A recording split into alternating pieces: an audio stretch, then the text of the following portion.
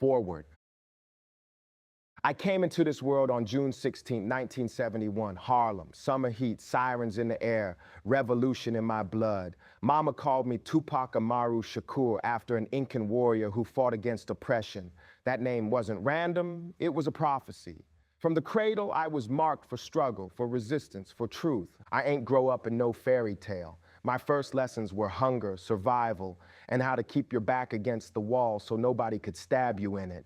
I learned early that the streets don't give second chances. Where I come from, the cops wasn't protectors, they were predators. Government programs wasn't made to lift us up, they were designed to keep us chained. I ain't read that in no book, I lived it.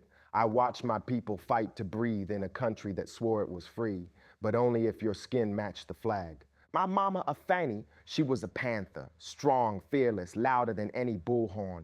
She taught me what it meant to resist, to never bow down, to speak truth even when your voice shakes. She raised me with revolution in the kitchen and survival in the living room. We ain't have money, but we had fire, and that fire kept me alive. This story you about to hear, it ain't no Hollywood script. It's not polished, not pretty, not made to comfort you.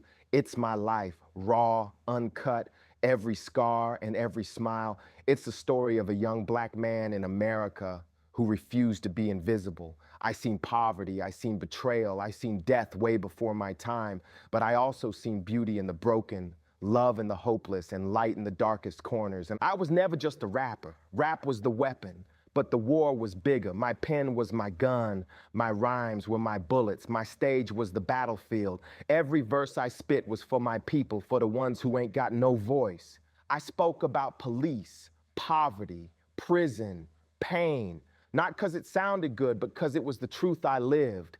And I ain't never been afraid of truth. They called me a thug, but thug life ain't what they thought. Thug life was code. It meant the ones at the bottom still had power, still had pride, still had a voice. It was survival. It was taking the hand we was dealt, the worst cards in the deck, and still winning a couple hands anyway. I know some people only remember me for the headlines, the drama, the controversy, but this book, this is different. This is my story, start to finish, the boy I was, the man I became, the mistakes I made, the dreams I chased, the pain, the laughter, the lessons, the whole ride, not just the parts the world put on TV. So when you read these pages, don't just see the fame, don't just see the platinum plaques or the movie screens. See the little boy sitting in the Bronx, notebook in his lap, writing like his life depended on it. See the teenager in Oakland, hungry, broke, but certain he was destined for something bigger. See the soldier in the booth, bleeding truth on every track, ready to die for what he believed in. This is my voice, my soul, my fight. This is the story of Tupac Amaru Shakur. And before you flip another page, just know this, I ain't here to be perfect. I'm here to be real. Welcome to my life, part 1. Chapter 1, Cradle to the Grave. I came in hot, born into smoke and sirens. Before my first breath, the fight was already kicking down our door. Harlem, 117th Street, pre-dawn, April 2nd, 1969. My mama, Afeni, laid out next to Lumumba, catching a little piece, and then the world started hammering. Fists on wood, violent like the hinges owed them money. 5 cops outside, vests tight, guns ready. One fool lit a rag and screamed, "Fire! Open up!" Like he was a hero come to save us. Nah, that was theater, that was a setup. Mama's small, brown-skinned, afro-neat, but her instincts big. She peeks the peephole, sees smoke curling, and her body goes cold. Panthers don't scare easy, but we knew how the state played 2 years straight. The party been catching heat, raids, rumors, informants. Lumumba cracks the lock just a touch. Door flies back like a shotgun blast. Metal to her stomach, steel to his forehead. Police! Move and I'll blow your fucking brains out. That's how protect and serve sounded to us. They cuffed my folks and hauled them downtown, booking them like trophies. One by one, more Panthers get dragged in, confused, chained, looking for answers. Then the mask comes off. Dudes who swore solidarity, raised fists beside us, were wearing badges under their dashikis. That one cat mama side-eyed from jump, Yedwa Sultan. He ain't Yedwa. He's Detective Ralph White, bossy, NYPD's Black Ops brain tied up with Hoover's COINTELPRO, the Fed's whole shadow project to spy, split, and suffocate anything loud, black, and organized. Hoover had a personal vendetta, called the Panthers the greatest threat to the internal security of the United States, promised to kill the rise of any black messiah who could unify and electrify, flooded meetings with moles, pushed dirty directives, set traps coast to coast. By 1969, hundreds of Panthers were in cuffs. That raid tagged 21. They slapped conspiracy on my mama, on Lumumba, on 10 more, plus a few already locked and a few more scooped later. They said the plan was to blow a commuter rail, the Bronx Botanical Garden, and hit 5 big stores: Abercrombie, Macy's, Alexander's, Corvettes, Bloomingdale's, Targets with marble floors and American dreams in the windows.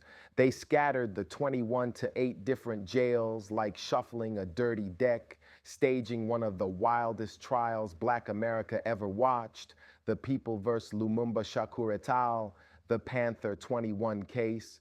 But to understand me, you gotta understand her. Before Afeni, she was Alice Faye Williams, born January 10th, 1947, post-war America, smiling for cameras while Jim Crow kept a boot to our necks. CIA, brand new, Cold War brewing, first Polaroids popping, Tupperware on kitchen tables, bread at 12 cents, Jackie Robinson breaking the line while the Klan still owned highways after dark. Mama came into the world at home, midwife helping, greeted by Rosa Bell and Walter Jr. and her big sis, Gloria Jean. By 6, Alice knew what it meant to be black in the South. She and her sister walked dusty Lumberton roads to school, and white men slowed cars just to spit poison. Monkey, tar baby, and that word that cuts deeper than knives. Morning after morning, hate got drilled into a child's chest like a nail. Then 1954 rolled in, brown baseboard, a quiet storm promising classrooms with open doors. Promise don't stop backlash. In Carolina, the Klan doubled down. Flyers, crosses, terror at night, lynch ropes to scare you off your rights. January 58, word hits. Klan rally in Maxton led by James Catfish Cole talking about putting Indians in their place. That night, 500 Lumbee warriors showed up strapped, ready to defend home. Shots cracked, cops arrived. The Klan broke and ran into the dark. They never brought that show back to Lumberton or Maxton. Folks call it the Battle of Hayes Pond. To little Alice, it was a switch flipping. Resistance wasn't a slogan, it was real, it could win. That was my first taste of resistance, she'd say years later. Don't let that happen to you. Home was a battlefield too. Her daddy's fist made every afternoon a question mark. She used to peek under the bed after school, scared she'd find her mama's body. In 1959, Roosevelt said enough, packed the girls and headed up the road to New York, part of the millions in the Great Migration running from Southern terror, chasing the rumor of equal chances. They landed on Brook Avenue in the Bronx, 3 women sharing a room in a white lady's spot. New York was supposed to feel different. First day of school said otherwise. Hate just wore a different accent. One kid called her something from outer space, so she fought back the way she knew.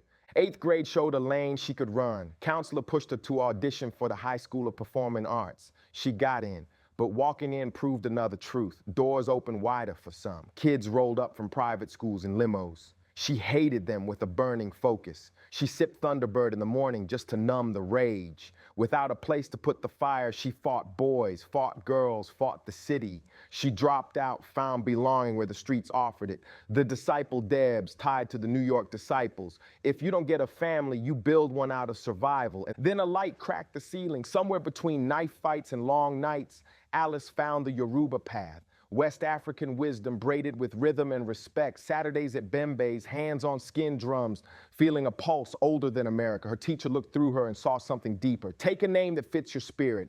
They gave her Afeni, dear one, lover of people, when Alice stepped into a name that could carry her. At 21, her circle widened. She linked with Shaheem, a smooth brother with an untrimmed beard, steeped in Elijah Muhammad's teachings.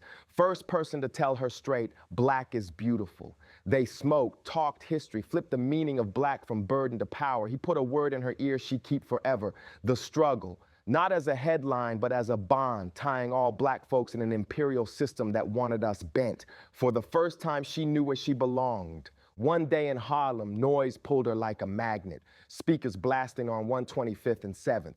That corner been a pulpit since Garvey and Malcolm. A small dude stood there with a tight circle around him, talking like an army. And he said we didn't have to accept police occupying our neighborhoods. That words hit like drums. Turned out to be Bobby Seale, young co-founder of the Black Panther Party out of Oakland. That mic lit a door, and she walked through it. The Panthers saved her, she say, armed her mind, celebrated a black woman with short hair, big features, strong will. Within months, she met and married Lumumba Shakur, Harlem's deputy minister of defense, son of Saladin Shakur. Garveyite and a rock in the movement. Saladin raised more than his own. His name made sons and daughters out of strivers. That's how Mutulu and Assata Shakur claimed the family, how a community built itself. Under Islam, Lumumba lived polygamous. Afeni tried to wear that shape, held on for a while, but the strain was real. Then the cuffs came and the waiting started. Headlines screamed Panther 21. Crowds rallied outside jails. Churches raised bail. Leonard Bernstein held fundraisers in his living room. Hollywood names showed up with checks. Angie Dickinson, Jane Fonda, Donald Sutherland. Meanwhile, Mama sat in the women's house of detention, a hell made of concrete. 600 women crammed into space for 4. Worms in food, dead mice in showers. She did all of 69 there. December 4th, the news hit like a hammer. Fred Hampton murdered in his bed by Chicago police. Rage and sorrow rattled the bars. January 31st, 1970. After 10 months of slop and cold floors, Mama got bail. Panthers inside chose who to free first. They picked her because her voice could work for the rest. She became communications secretary for Harlem's Ministry of Information. Years later, I'd brag on that. My mama laying tracks like Fred Hampton and Harriet Tubman did, building for the next generation. When it came time to pick lawyers, Mama gambled on herself. No degree, no high school diploma, but more fight than any suit in the room. Her sister Jean wasn't shocked. Afeni always took the hardest road head on. Lumumba hated the plan. You'll mess everything up, he said, Wack. You're not educated, not qualified, too emotional. Mama planted her feet. I'll work harder for my freedom than anyone. Case set, courtroom ready. February 2nd, 1970. Trial opens at 100 Center Street. Outside, marches, cops, signs reading smash racist courts and free the Panther 21. Some charges got dropped or delayed for 8 of the 21. 13 of them stood tall. Inside, Lumumba led the line, fist half raised, mumbling power to the people. Mama out on bail, walked in like a blade, gliding past the state's lead, Joseph Phillips, with a smile that told him trouble had arrived. Judge John M. Murda, white-haired, Harvard-trained, took the bench. Every defendant had a guard posted behind them like a shadow. Tension heavy, the gallery packed with pressing Panthers. Jury selection turned into baptism by fire. Mama stood shoulder to shoulder with defense heavyweights Gerald Lefcourt and Charles McKinney drilling candidates. What did you think of Dr. King's death? She asked a black man named Charles Fuller. Unfortunate, he said. Do black people have a right to be angry? In what sense? Just angry. No. Strike, peremptory, gone. Holding strong all day didn't mean the weight disappeared. A year behind bars, trial every sunrise, a movement splitting down the middle. It grinds you. The polygamy rules were cutting her up too. Lumumba's first wife, Saida, ran the house and kids. Mama wasn't built for domestic. It was killing Saida inside, she'd say later. So Mama started pulling away, looking for air. Fall of 1970, she met Billy Garland from Jersey City, distribution squad, the one with the van. He drove her to court every morning, high cheekbones, thick brows, handsome, present. The tension of the times made everything move fast. They burned quick and then broke apart. The whole city was living on the edge. Teenagers with ulcers, miscarriages from stress. Intimacy felt like war truce for a single night. In that whirlwind I was conceived. Court turned Mama into a local star. Harlem gangsters read about her, respected the fire. When she wasn't in court, she was raising defense money. Nights at Sterling's Den on Boston Road, shaking hands, collecting bills. That's where she met Kenneth Legg Saunders, Nicky Barnes's lieutenant. Tall, hard, money long. They tried to build something, but the streets snatched him. Parole violation, gone again. Another brief chapter, another scar. Lumumba didn't know Mama was seeing men outside the marriage. He found out and cut deep. Under Islamic law, he spoke the divorce 3 times, talaq, with a witness. Just like that, he tried to snatch Shakur off her name. She refused. She'd grown into Afeni Shakur under fire and service. That name wasn't borrowed, it was earned. She went to Saladin, the patriarch, and laid it out. He blessed her to keep it. Family by struggle, not just blood. November 1970, Mama learned she was pregnant. She told Lumumba in court, messy, painful moment. She didn't know if my father was Billy Garland or Leg Saunders. Didn't matter. She wanted this child. While she fought for her life, I became her compass, proof that whatever verdict hit, the spirit would continue. She preppy like her freedom depended on it, 'cause it did. She studied nights at Jean's spot on Woody Crest Avenue, building a cross-examination to peel the mask off Detective Ralph White, Yedwa, the undercover who'd slithered into Harlem HQ. In court, she stood up, eyes steady. What involvement? She asked him again and again, cutting past the trash talk about pigs to force specifics. He had none. Then she made him say the part they never wanted said. He'd seen her at Lincoln Hospital, at schools, in the streets helping people. The gallery felt it. Journalist Murray Kempton wrote that in 20 minutes she took the state's witness and made him hers. And in doing it, she pulled the whole table back toward freedom. The movement outside was cracking. Newton and Clever at odds, the party splitting. February 8th, 1971, Mama and Joan Bird rode the courthouse elevator and stepped into a silence that felt wrong. 2 co-defendants, Richard Moore and Michael Tabor, were gone. Jumped bail without a word. Betrayal sat heavy. Judge Murda used their flight to snatch Mama and Joan's bail, sending them back to the women's house of detention. Punish the ones who stayed for the ones who ran. Mama was nearly 6 months with me when she stood in court begging not for comfort, but for basic human conditions. Heat, hot water, edible food, toilet paper. The judge called it grandstanding. My interest, she said steadily, is the life of my child. He sent her back anyway. At intake, they told her to strip and spread or take the whole. She chose solitary, slept through rats and spam and stale bread, wrote her anger into poems on scraps, from the pig pen, turning bars into rhythms, pain into prophecy. They asked what side she was on in Panther politics. She answered truth. My child's side, triple-crossed by courts, cops, and comrades, but more resolved than ever. Brothers in the prison kitchen slid her real food when they could. Tupac always belonged to everybody, she'd say. Strangers sat in that courtroom day after day, one they called Frankie Zip, sharp suit, scarred arms, fist raised every evening, power to the people, proof that even in the gutter, loyalty blooms. Mama wrote me a letter from that cell, a prayer and a challenge, telling me change starts inside, that we can't pass down the larceny we inherited, that I'd have to judge their actions and carry the fight forward. She read Castro's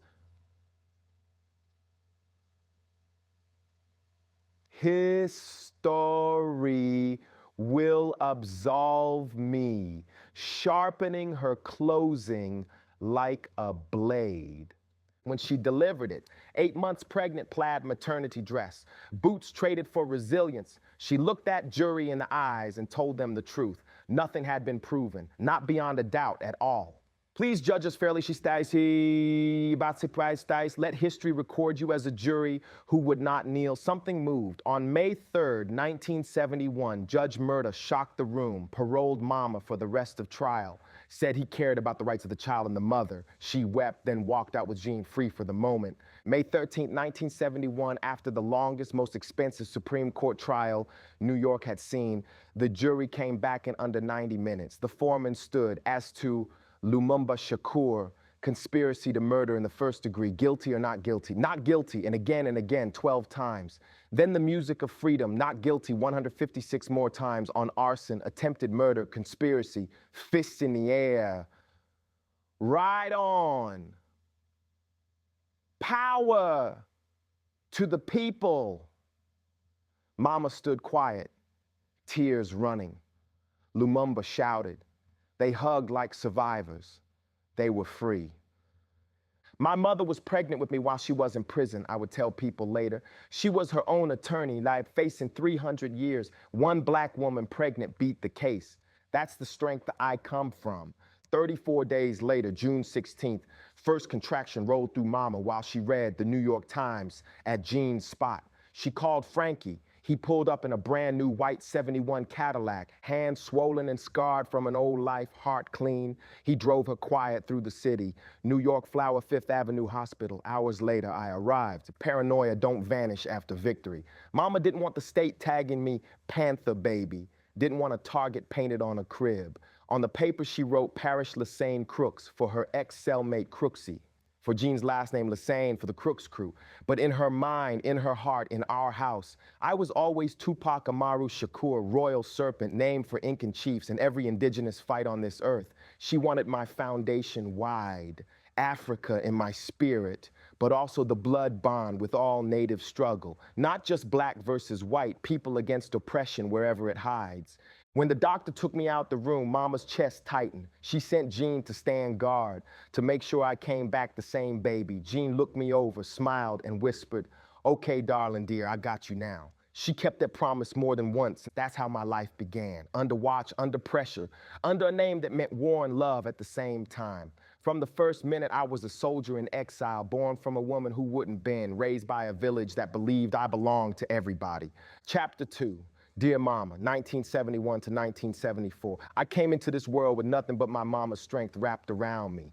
Even after she beat the Panther 21 case, freedom didn't mean comfort. Mama stepped out those courthouse doors with no home, no money, no plan. Just me in her arms and fire still in her chest. The Panthers were breaking apart, the government was still watching, and trust was already a rare currency in her life. She carried scars from betrayal, but she also carried hope for me. My first crib wasn't some fancy nursery. It was a crowded tenement on Woody Crest Avenue, Bronx, right by Yankee Stadium, Aunt Jean's spot. She already had 5 kids under 9, and then here I came, the new baby in the chaos. Bill, Scott, Kenny, Greg, and little Jamala, my cousins, but really my first brothers and sister. They fought over who got to hold me, passed me around like I was the house's little teddy bear. Bill said I was like a baby doll, wrapped in a blanket, wide eyes staring at a world I didn't know yet. And it was poor living, no doubt, food stretched thin, space tighter than the walls, but I didn't know lack yet. To me, it was noise and love. By day, the clatter of cousins running wild. By night, Mama rocking me in an old wooden cradle, whispering strength into me. For a minute, we caught a break. A woman named Ann DeBow, rich, generous, let Mama stay rent-free in her Greenwich Village apartment while she was away. Bank Street.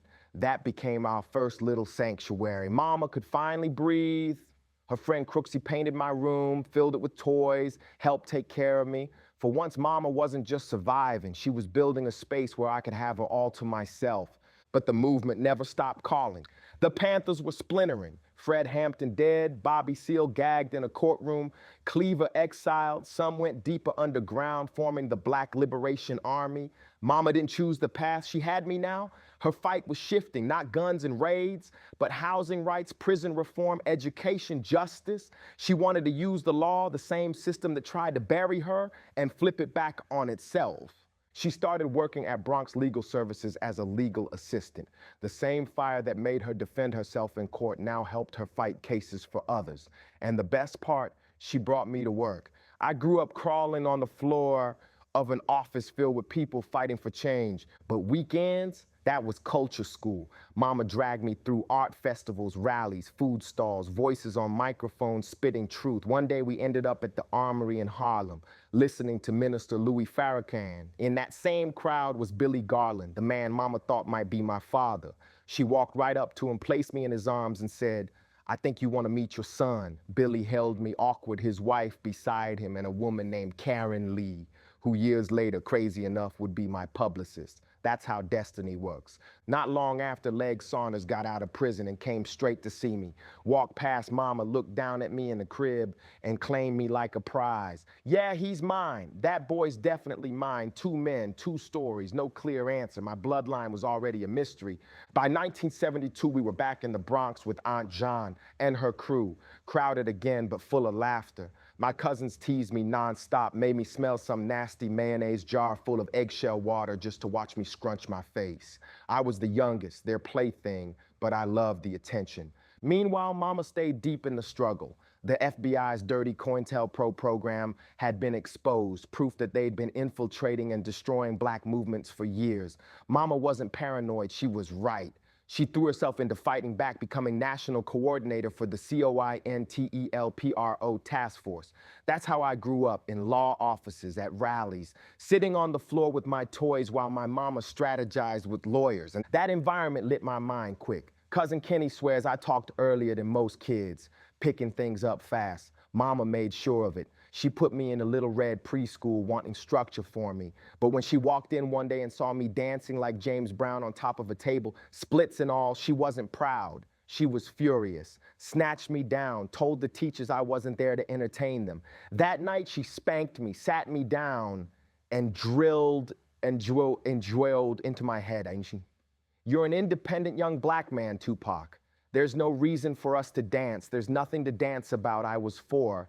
I didn't understand yet. By 1974, we had our own place in Harlem on 108th Street. Mama filled it with incense, books, African cloth, and music, always music. Gil Scott-Heron, The Last Poets, Leonard Cohen, Roberta Flack. She bought me real drums, not toys, because art was serious. Nights ended with her singing me to sleep. Days were lessons, ABCs, numbers, and the endless discipline of being a black child in America. I was wild, though, zipping around the apartment on a tricycle with a football helmet, pretending it was a motorcycle helmet. Jamal Joseph remembers me tearing through the place yelling, "Get out of my way." Mischief never left me. And Mama had help, friends like Yasmin Fula, whose son Yafel became like my brother. We stayed over in Jersey, bonded like family. At another friend's house, Karen Caddison, the threat of raids was still real. One night, cops came banging, and she hid me in a dresser drawer so they wouldn't find me. Imagine that. My first hiding place in life was a drawer. Mama kept working, kept fighting, kept raising me with fire and books. Even when we had nothing, even when the fridge was bare, she made sure my education stayed front and center. If I acted up, punishment wasn't always a spanking. Sometimes it was worse, sitting at the table, reading the New York Times out loud, front to back. I hated it, but it built me. By the time I hit 3rd grade, I wrote essays on black female leaders that shocked my teachers. Mama's lessons stuck, even when I rebelled, like the day I sculpted a clay penis in art class and ended up suspended. Her discipline kept me sharp. I was just a kid, but already soaking up the struggle, the rhythm, the mistrust of authority, the hunger for justice. Mama's battles were mine before I even knew how to spell them.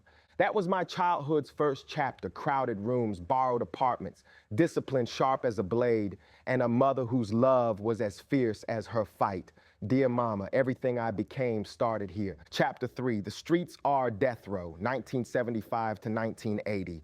Growing up, I ain't know who my pops really was. Mama kept it real, told me it was either Billy Garland or Leg Saunders. I ain't no Billy, never seen him, never felt him. But Legs, he came around, claimed me, called me his son, so I claimed him back. That's the only man I ever called dad. And Legs was street all the way, Buick riding, hustling, money in his pocket. A straight up Harlem soldier moving through the game like it was his only language. He'd pull up, scoop me, and we'd cruise 125th like kings. Barbershop stops, fried chicken buckets, hours in the arcade. He had me fitted with fresh cuts, new sneakers, outfits that made me feel like somebody. One time he dropped a black and silver boombox in my arms. A beast, dual cassette, heavy woofers. I carried that like a trophy. To me, that was love. But it was love that came in flashes. Legs never stayed. He'd dip in, give me money, laugh with me, and vanish back into the night. Every time he left, it was another lesson. Don't get too comfortable, because nothing in this world sticks around. And then there was TC, my Aunt Jean's man, total opposite of Legs. He wasn't flashy, wasn't hustling. He worked the trains, came home same time every night, steady check in his pocket. He didn't talk loud, but his routine spoke for him. That's how I learned discipline. He showed me that being a man wasn't just about the streets. It was about showing up, putting food on the table, making sure the lights stayed on. From him, I learned what stability felt like, even if it was temporary. And then Mutulu, Dr. Mutulu Shakur, he wasn't just a father figure, he was a teacher. He broke it down for me and Sekiwa like no school ever could. Colonialism, imperialism, assimilation versus separation. He painted the whole picture of why America was built to hold us down. Then he balanced that heavy knowledge with healing, teaching us to stretch, do sit-ups, take care of our bodies. We were little kids doing karate kicks in the living room, him telling us we had to be warriors in mind and body. To Sekiwa, he was Dr. Daddy. To me, he was a blueprint for what a revolutionary man looked like. By the time I was 8, all these different fathers had carved pieces into me. From legs, I got the street hustle. From TC, I got the grind and routine. From Mutulu, I got the politics, the knowledge, the discipline. Put it all together. And I was little boy already walking with two worlds inside me. Street survival on one side, revolutionary consciousness on the other. That duality never left me. But those years weren't peaceful. In 1979, Assata Shakur broke out of prison and the feds went crazy. The FBI was in our backyard, literally. Mutulu went underground and suddenly our home felt like a war zone. Mama turned Panther again, teaching me crisis drills before school. Pay attention to everything, trust nobody. Imagine being 10 years old and walking out the door carrying that weight. One day I smashed my face diving for a ball, ended up in the ER. Doctors tried to strap me down, stick me with anesthesia. Mama stormed in, shut it all down. Explain it to him first. He's not an animal, she screamed. Even in pain, I saw it. She was my shield no matter what. That paranoia she carried became mine too. Mama signed me up at the Black Cypher Academy, Jamal Joseph's karate school in Harlem. $5 a month bought you martial arts, black history, and revolutionary training. First day I walked in, red t-shirt, black GE pants, Malcolm and Chi posters on the wall. I loved it. Sparred bigger kids, took kicks to the face, nose bleeding all over the mat, but I refused to bow out. I kept fighting. That was me. Never quit, no matter the blood. But the streets outside the dojo weren't training. They were real. FBI agents stalking the block, following my little sister up the stairs, asking questions about our parents. She didn't even know the danger. Told them straight, Daddy's underground. Mama found out, turned that fury on me for not protecting her. That guilt stayed heavy. I was the oldest. I was supposed to watch over her, be the man of the house. Then came October. Mutulu's name was tied to the Brinks robbery, a bloody mess where cops and guards got killed. TV plastered his face, most wanted fugitive. To me, he was family, a teacher. To the world, he was a terrorist. That's when I started realizing the Shakur name was a curse and a crown at the same time. Revolution was in our blood, but so was persecution. Life was chaos. One day we were kids playing stickball in Harlem. Next day we were wiping down fingerprints with peanut butter because TC said the cops might come searching. That was normal for us. Poverty, FBI heat, moving from one apartment to the next like nomads. By the end of the 70s, I understood something most kids my age didn't. Life was a battlefield. Either you learned to fight or you got swallowed. I was just a boy, but already I was learning to move like a soldier. The streets were death row, and I was growing up with one foot in the system, one foot in the struggle, and a heart that already knew both sides. Part 2, Chapter 4, Nothing But Love, 1981 to 1984. I grew up with the evening news talking about my people like we were most wanted. Mutulu on the run, Assata in every headline, feds creeping in the shadows. Fear was a roommate. Paranoia lived in the kitchen drawer next to the spoons. So I built a safe place in my head, words and rhythm, paper and breath. Mama called it poetry. I called it survival. Mutulu put me on to haiku when I was 11. 575, tight like a jab, that lands clean. Short lines, big meanings. I filled pages with oceans and sunsets, with faith and fight, with black pride and steel spines. But the ones that cut deepest were my freedom prayers. 3 little lines for the homies locked by lies. Mutulu, Jamal Joseph, Geronimo, Sekou Odinga. I stitched a whole book of those and mailed it to my godfather, Jamal, while he was caged. Signed it, Tupac Shakur, future freedom fighter. I believe that. Not just freedom from cells, but from the weight, racism, oppression, nightsticks, random stops. Before I hit my teens, My lane was set. Mama kept our spirits moving too. She walked us into churches where the sermon was also a march. House of the Lord in Brooklyn, Reverend Herbert Daughtry holding the mic like a baton. First Sunday there, he pulled us to the front. Young man, what you want to be? I ain't flinch. A revolutionary. That was the gospel I knew. At home, I studied lyrics like scripture. Legs had bought me this beast of a boombox, black and chrome, dual cassettes, fat woofers, and I wore it out. Bob Marley's Exodus ran on loop till the tape got cloudy. But it wasn't just the beat, I chased meanings, country ballads, R&B hooks, rock records I found by accident. Every line was a code. Clarence Carter's Patches had me quiet, a little boy with the weight of a family on his shoulders. Patches. I'm depending on you, son. I felt it in places I couldn't name yet. I started writing songs too. First one I finished, I called it First Step. Fame was on TV every week talking dreams, so I wrote my own. You're looking at a dream, you're staring it in the eye, you're scared to take a chance. You're in for a surprise. Hook was simple. The first step's the hardest. 11 years old, already talking myself into moving forward. On weekends, we wandered the city like a tiny tribe. Me, Sakiwa, the cousins, movie hopping till ushers got tired of seeing our faces. If there was a Bruce Lee flick anywhere in the 5 boroughs, I found it. We stepped back out into sunlight and I'd swear I knew every move. Stop me on the sidewalk, I'd demonstrate ki, stance, spin. Nah, they did it like this. Nights were our stage. We built fort cities out of chairs and blankets, turned red zinger tea into fake blood, performed hospital dramas with cardboard pistols. If it was the A-team, I was Hannibal every time. Qatari was Murdoch. Malcolm gotta be B.A. Little Yafo played Face. Sakiwa, always the damsel, in my script anyway. I directed, cast, blocked, killed off the villains, then called cut and made everybody die again properly. After we nailed a mission, I chew a cigar that wasn't there and drop. I love it when a plan comes together. We staged living room concerts too. If Mama or Aunt Jean had company, I turned it into a captive audience. We'd rehearse in the bedroom, pick roles, Prince, Ralph Tresvant, whatever's hot. If Sakiwa wanted lead, I'd fold my arms, tilt my head. You get us gigs, you write the lyrics, you skip class to finish hooks. No? Then chill, bossy little director with no budget, just nerve. But after the lights went out and the applause was gone, sadness would creep back over the windows. Some nights I lay on my back, headphones on, James Ingram singing Just Once, my chest tight. Just once, can we get it right? Mama said that was my little spirit, a hope and a hurt in the same breath. We weren't the poor but happy story. We were poor and trying. And me and Jamala were close in age. Our rivalry was a daily sport. I love spelling bees because I was that kid who read the Times out loud for punishment. Jamala, spell harpsichord. She'd roll her eyes. Who cares, Paki? I'd snicker till she fired something sharp back. That's why your mother was in jail. We cut without malice, a cousin's tough love, iron on iron. Family kept growing. Louisa's son, Malcolm, started staying the week so he could walk to school with Qatari. Yasmin's boy, little Yafu, moved from weekend cameo to permanent cast. Add Sakiwa and Jamala, and you had 6 kids migrating between 2 apartments like a flock.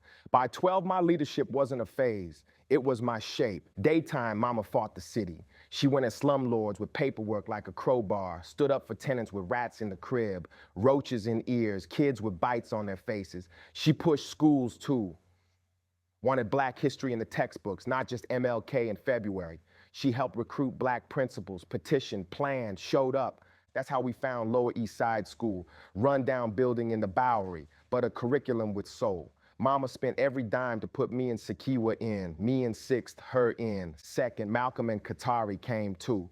I met 2 Black male teachers who changed the air in the room. Mr. Lincoln, Young Locke's lessons on Malcolm and Elijah, and a math teacher from Africa whose accent carried a continent, made me sit up straighter. Then they fired Mr. Lincoln, said it without saying it, too radical. I looked at Mom and asked if we could strike. She smiled like she'd been waiting for me to ask. We organized a one-day boycott, wouldn't go back unless they brought him back.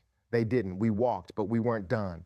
We asked Mr. Lincoln to start his own school. He turned his apartment into a classroom. We showed up with notebooks and big ears. Discipline stayed tight.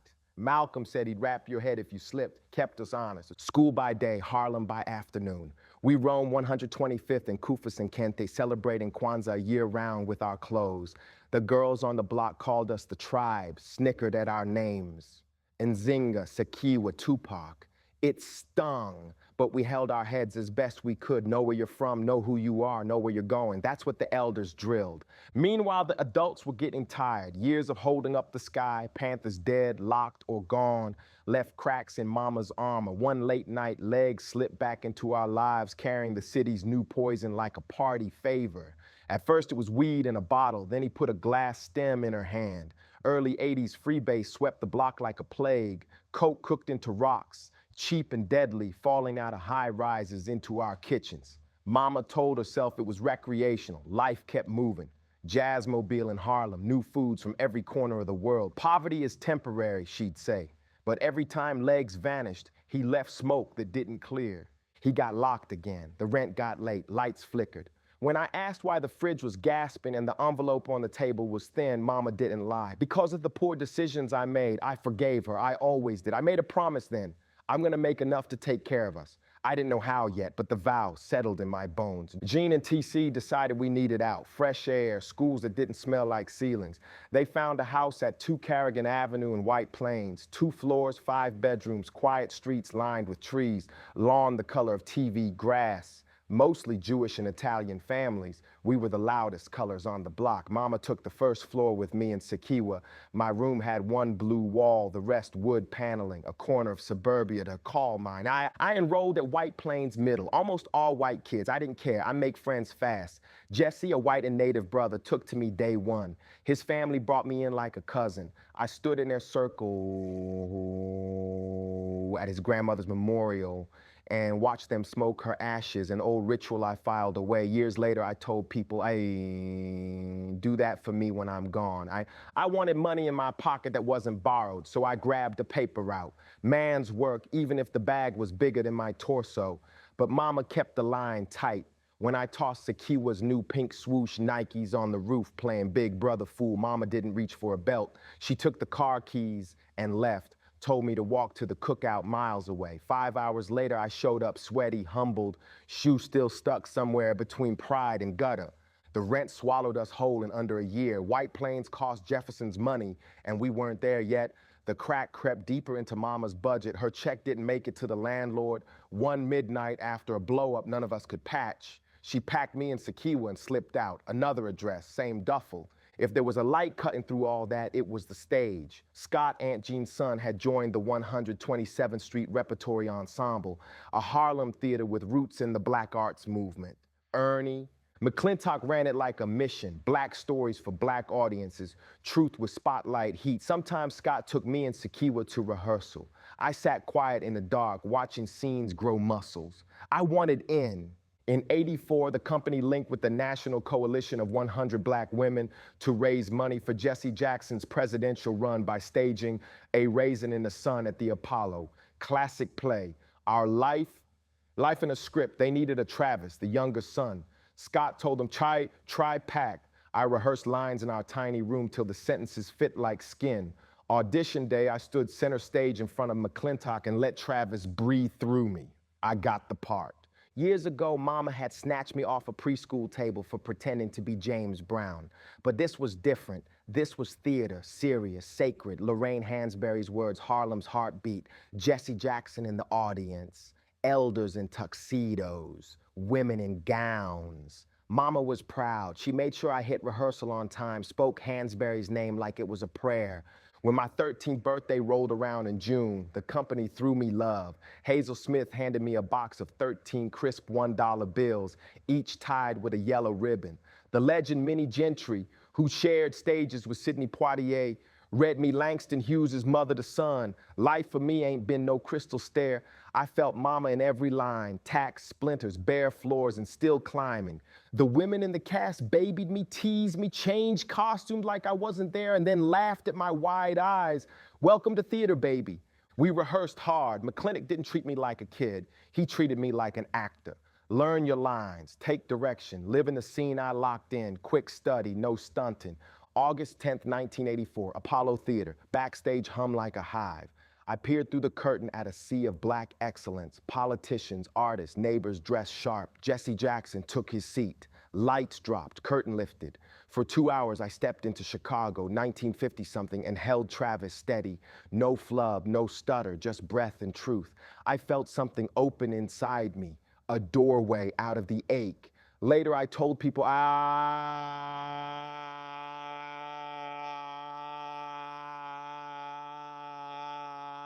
the bug. But it was more than that. Every time I performed, a little pain leaked out. My whole row was family. Mama, Sakiwa, Aunt Jean, TC, Kenny, Bill. They smiled like they were borrowing sunlight.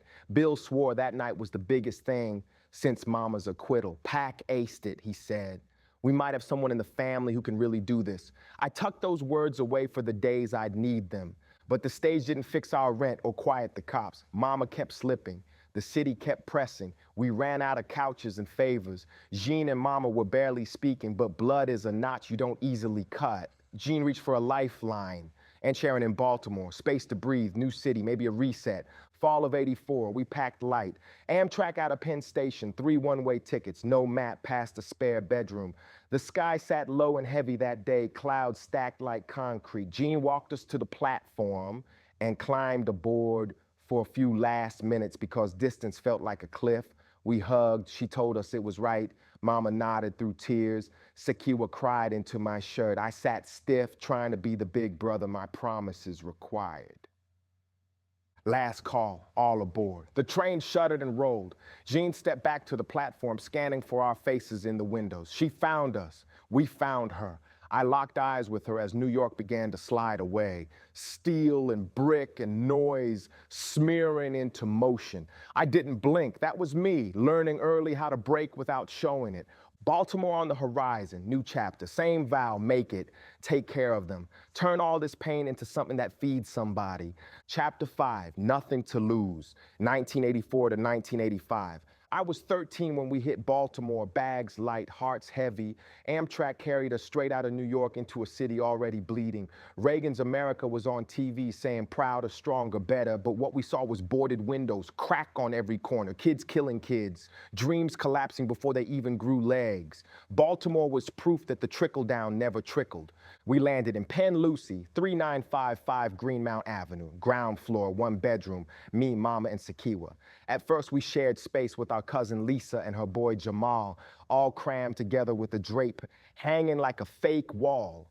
When Lisa moved, the place became ours, small, broken, but it was home. Mama kept incense burning, books stacked, music floating through the air. To her, the apartment was a temple. But step in the back, my room, my kingdom, it was chaos. Jamal had converted a patio into a bedroom. Turf green, carpet, plywood walls that barely held off the cold, posters of Bruce Lee and LL Cool J taped up next to Sheila E. and New Edition cutouts.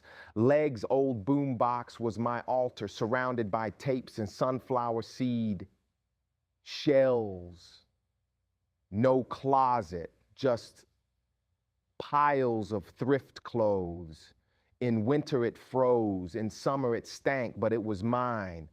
Mama used to stand in the doorway looking at my mess. She'd hit me with lectures. Pac, you can't have a clean mind in a dirty room. I'd nod, half listening, waiting for her to leave so I could crank the volume back up. The real problem wasn't clothes on the floor. It was rats, big ones, like cats with tails. They came through holes in the kitchen floor, tearing into whatever scraps we had. We'd hear them at night, thump, thump, claws scratching. One got stuck in a trap once, squealing like a demon. I threw lamps, hammers, anything I could find. It just wouldn't die. By day 3, our cabinets were empty. That was the rhythm. Rats took the food. We waited on food stamps. Baltimore stripped us of our safety net. In New York, family was everywhere. In BMORE, it was just us 3. Mama was still carrying the scars of a lost revolution. She told me straight, it was a war and we lost. Her comrades were gone, her movement scattered, and she was left with 2 kids and a stack of bills. She tried to climb out, enrolled in computer training, got a job at an investment bank, graveyard shift, data processing. Money was light but steady. I hated seeing her leave at night, but for the first time, it felt like she was choosing us over the struggle. She'd ride the bus with Sekiwa in the mornings, volunteer at her school, then work nights. We spent more time together than we had in years. We'd walk to the harbor when she had a little extra, buy a bushel of crabs, spread newspaper on the table, and eat like kings. Most nights, though, it was ramen and cabbage, chicken wings and yellow rice, or one takeout meal split 3 ways. I became the cook, proud of my wok skills. Mama's lectures changed too. Less Panther doctrine, more morals, survival lessons. Don't steal, don't lie. Even if you can get away with it, it'll change you. On buses, she'd drill us about honesty like it was karate. She was paranoid, yeah, but she was right.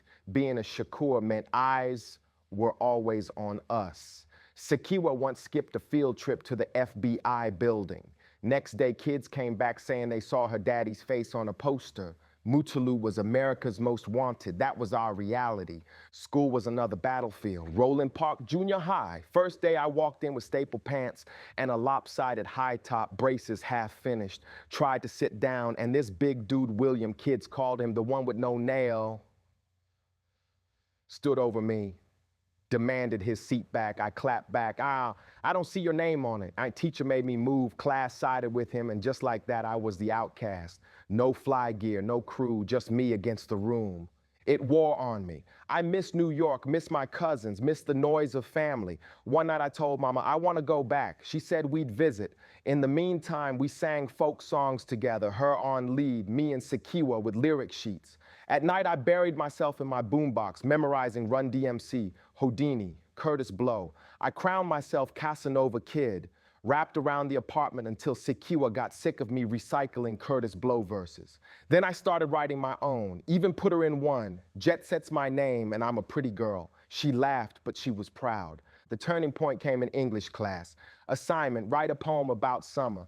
I spit mine like a rap flow, rhythm, confidence. The whole class froze. Mouse, Dana Smith, noticed. He was the best beatboxer in the school. On the bus ride home, he beatboxed. I rhymed. We clicked instantly. From that day, we were inseparable. Me, the lyricist, him, the drum machine. We called ourselves East Side Crew. We rapped on buses in parks, even in this busted plastic dome called The Bubble. Smelled like piss, but the acoustics were perfect. We rocked school battles, got invited to Cherry Hill Rec Center to open for Metronics and Just Ice. We rehearsed like mad, 5-song set, even a joint called Nigga Please. Crazy confidence for 2 kids. Virgil Sims from Jive Records was in the crowd. He liked us. Days later, he offered a contract. I ran home hyped. Mama shut it down cold. No contracts. You're too young. Education first, I cried. I felt like my dream just got clipped, but I kept writing, kept spitting, kept pushing. I signed up for contests, poetry, rap, anything. Won the Stop the Violence Award with Us Killing Us Equals Genocide. Wrote about Roger, a kid with dreams of being a doctor cut down by bullets. Second place at the Enoch Pratt Library with library rap. Mouse swore I wanted to quit after losing, but the librarian said I lit up the room. That was enough fuel to keep going, and when we weren't on stage, we were up top with the hustlers. Weed smoke, dice games, guns passed around like candy. We weren't selling drugs, we sold rhymes. I'd freestyle for Mouse's uncles, scrape together cash for groceries. Sometimes Mama gave me her earrings to pawn. Other times I shoveled snow or split Mouse's daycare check. Every dollar mattered. I even ran my dollar plan when I visited New York, asked every cousin and every old head I knew for a buck. Came back richer than anyone expected. But life kept hitting. Legs, the only man I ever called dad, came home, relapsed, and died on a crack binge. When Mama told me he couldn't even have kids, that he chose me as his son knowing I wasn't his blood, it broke me. I was angry, sad, abandoned all over again. Later, I put it in my music. I was looking for a father. He was gone. There were sparks of light, a trip to Goodwill. Mama bought Don McLean's American Pie album. I dropped the needle and heard Vincent. That song about Van Gogh tore into me. A man painting his soul, never accepted, never understood. I knew that feeling. Van Gogh became my ghost mentor. Proof that pain could be turned into beauty. Then fate crossed the street. A car hit a dog. Me and mama rushed out. Neighbors scooped it up. I rode with them to the vet. Next night, we visited their house. Nice, middle class, everything polished. On the table sat a Van Gogh book. I opened it, got lost. They saw how deep I was into it and later gave me my own copy. One of them, a retired teacher from the Baltimore School for the Arts, told mama about the place. Best school in the city, a real shot for kids with talent. Mama asked if I wanted in. I said yes before she finished the question. I auditioned in spring '86, confident like it was already mine. Dunbar was behind me. Penn Lucy was still rats and ramen. But the stage, the art, that was my way out. I was only 14, but I felt it already. I had nothing to lose and everything to prove. Chapter 6, In the Depths of Solitude, 1986, nigger. That word cut through the air like glass shattering, bounced off the doors of the Baltimore School for the Arts, and slammed straight into my chest. I spun around and there they were. 4 white kids in some busted up Chevy, laughing like clowns. One of them spitting out the window like hate was something you just toss on the sidewalk. For a split second, my blood was ready to boil. My fists twitched. My mind screamed back 1,000 comebacks. But then my mama's voice. Afeni had drilled it into me since I was little. One day, the world's gonna call you out your name. One day, somebody's gonna try to lock you into a box you don't belong in. And when that happens, you gotta know where your real home is, inside yourself. So I breathed. I swallowed that rage. Not today. I had bigger things to focus on. It was audition day and nothing, no slur, no spit, no punks in a car was gonna knock me off my path. I squared my shoulders, pushed open the door and walked in. The school smelled like wood floors and paint, cold marble echoing every step. Up the staircase, heart thumping into the theater where 4 teachers sat with clipboards. They called my name and I stepped forward.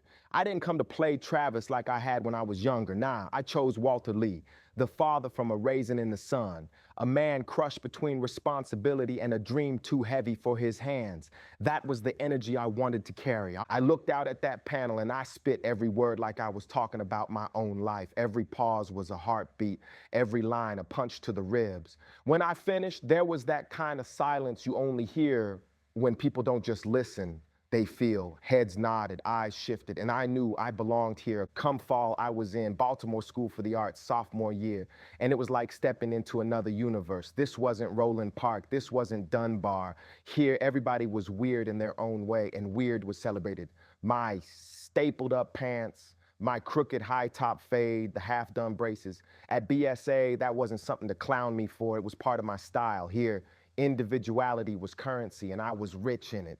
I was officially a theater kid, but word traveled quick. MC New York had bars, and soon the hallways buzzed. The new kids got skills. I moved between circles, dancers, painters, musicians, black, white, rich, broke.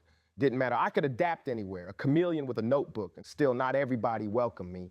A crew of black visual arts kids looked at me sideways, said I was too bummy. And the dude they crowned as the top rapper at the school, that crown wasn't safe. So when the Beaux-Arts ball came, it turned into more than a party. It was battle night. Basement hallway near the cafeteria, the air thick, walls sweating from the crowd, packed tight. Mouse beside me, lips ready, chest bouncing with the beatbox. Across from us, their crew lined up, mean mugging, waiting to shut me down. The beat dropped from Mouse. Deep kick, sharp snare straight from his throat, and I launched. Lines clean, fierce like I'd written them on the train ride to destiny. I wasn't just rhyming, I was swinging, every bar a jab, every punchline a hook. The crowd leaned in, then erupted. Our opponents tried to clap back, but their words slid off the walls. Every time I spit, Mouse locked it in tighter and back and forth until the other crew felt it slipping. Their energy dimmed, their voices cracked under the noise of the crowd chanting my name. Finally, they bowed out. Victory, respect earned. From that day, I wasn't the outsider anymore. I was MC New York, the kid who came in with staple pants and walked out a legend in the making. And at home, Afeni noticed the changes too. One afternoon, she saw me come in with black polish on my nails. She frowned, half amused. "What's with the polish, Tupac?" I held out my hands. "It's just to remind me to keep in touch with my feminine side." She raised an eyebrow. "And what you know about a feminine side?" "Everything you taught me," I said. "And I don't want to forget it, so I keep it right here." She smiled and proud, like she could see the man I was starting to become. At BSA, I wasn't just rapping. I was acting, moving, stretching my art in every direction. In one class, when the teacher expected me to rap for a project, I switched it up. I chose Don McLean's Vincent, that same song that haunted me since I first heard it. I moved across the floor slow, deliberate, every step carrying sadness and beauty. It wasn't about rhymes, it was about raw emotion. The teachers looked stunned. It wasn't just talent, it was soul. And then there was Jada. First time we met at a school assembly, she lit up the room. Small frame, caramel skin, sharp smile, fire in her voice. We clicked instantly. Not on no boyfriend-girlfriend thing. Deeper, like family, like I'd known her forever. She understood me in ways nobody else did because she came from the same kind of struggle. Mothers battling addiction, nights wondering where the next meal was coming from, survival as the baseline. With Jada, I didn't have to explain myself. She already knew. Together with our boy John Cole, we formed a triangle of friendship. Nights spent talking about everything: Shakespeare, Reaganomics, religion, Malcolm versus Martin, life and death. Days spent laughing, dreaming, plotting futures we weren't supposed to believe in. That was BSA for me. A place where I could finally breathe, finally grow, finally be seen. A place that turned solitude into strength. But like every good chapter in my life, the ground was already shifting under my feet. And deep down, I knew peace never lasted long in my world. Chapter 7, Keep Your Head Up, 1987 to 1988. Baltimore School for the Arts ran like a dream that demanded rent. Mornings began with algebra, afternoons with voice, movement, blocking, and scene study, and nights bled into rehearsals that didn't respect the last city bus. 12, 13 hours a day wasn't unusual. It was the tax you paid for walking around a building where every hallway hummed with possibility. But by junior year, the numbers on the board, Pythagoras, quadratics, proofs, felt to Tupac like somebody else's destiny. He wasn't an engineer, wasn't hearing his heartbeat in the cadence of angles. His pulse lived in monologues, in rhyme schemes, in the precise way a silence stretched between two characters before a break. That confidence came wrapped with a teenager's impatience. The clowning rose with the boredom.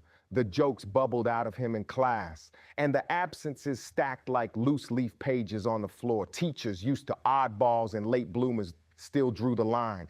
Great heart, great imagination. Now bring discipline, one wrote. Another, you can do this if you want to. Read. He heard the praise but bristled at the leash. Reading was never the problem. Since the New York days of being punished with front-page editorials, he had learned to crack a spine like a safe. In the library, his second home, he chased voices. Plato's cool geometry of ideas. Socrates, stubborn and barefoot. Shakespeare, a universe of men with daggers in their words. Alex Haley's roots looping through time. Holden Caulfield wandering like a ghost he recognized. Mrs. Rogers, the librarian. Watched a kid with a grin and restless eyes pull plays, poetry, art books, whatever might widen the corridor inside his head. Assignments, sometimes. Curiosity, always. World history cut through in a sharper way.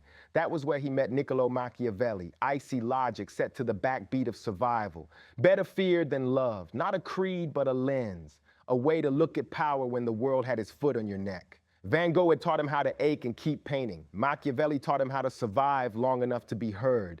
Music kept evolving too.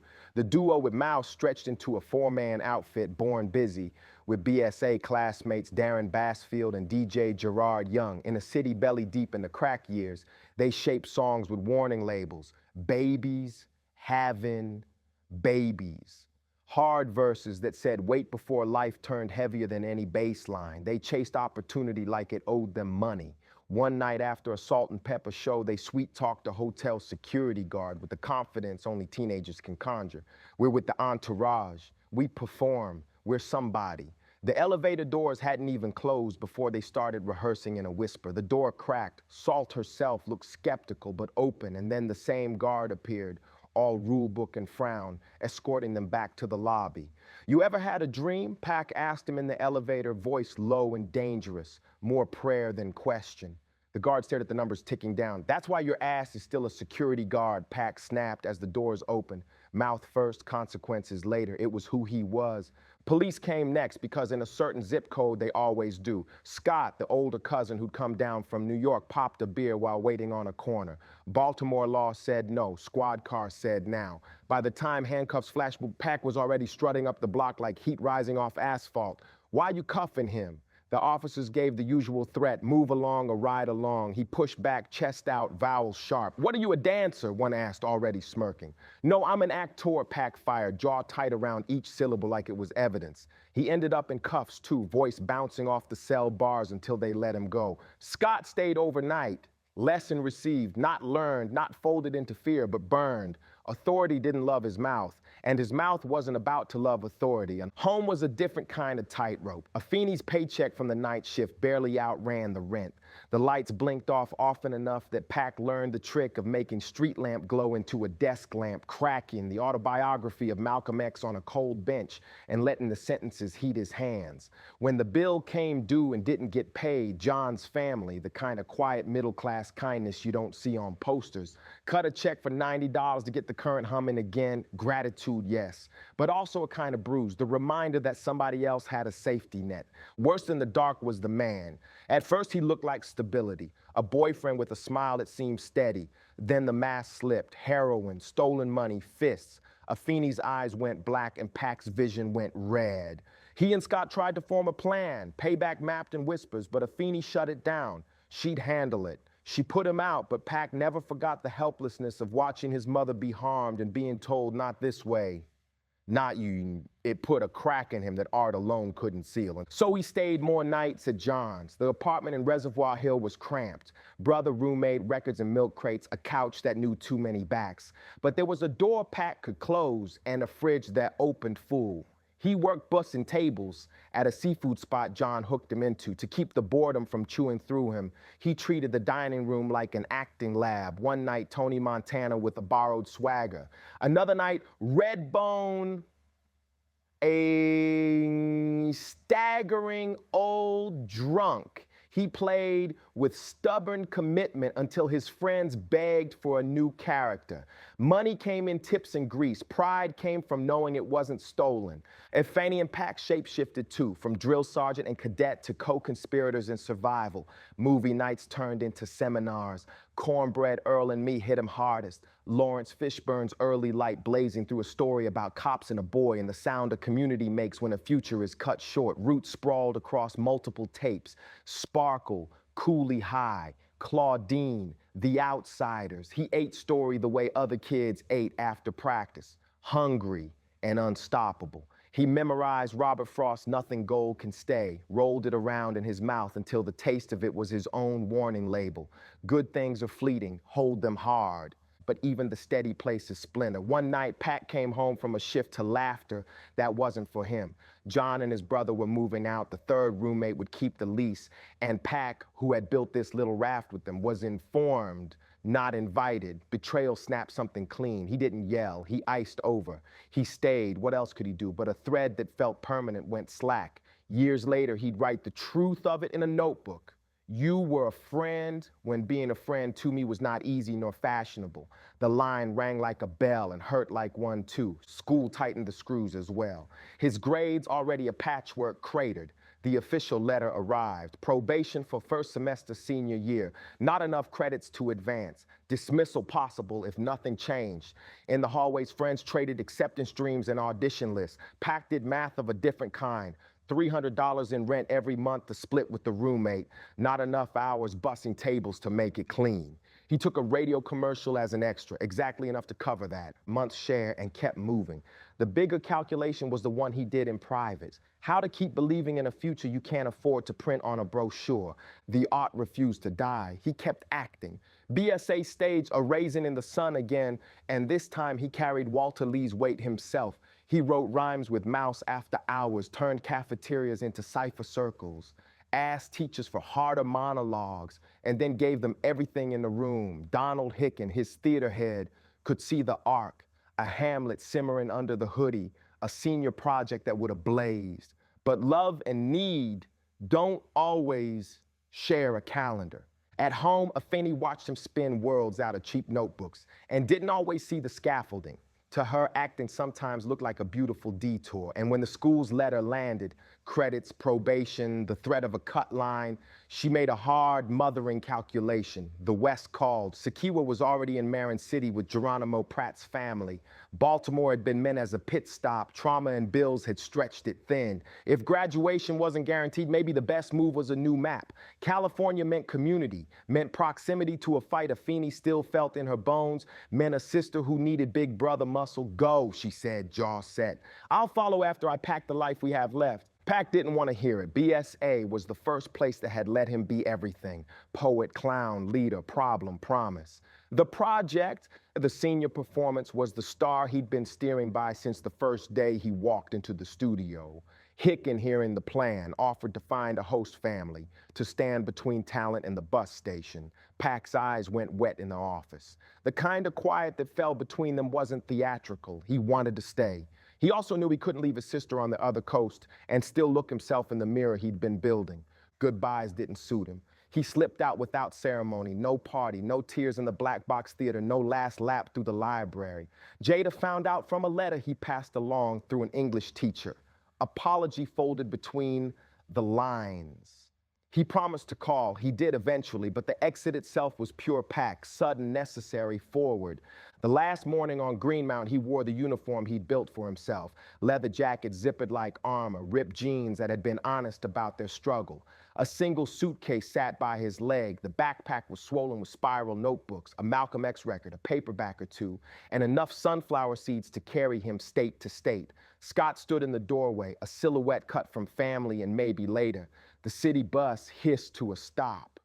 Pac climbed aboard, pressed his palm to the glass, and watched the block slide backward like it was the end of a scene. The Greyhound would become a moving classroom, America scrolling past in billboards and diners, a long ribbon tying east to west. Somewhere between the factories and the open fields, he checked his pockets.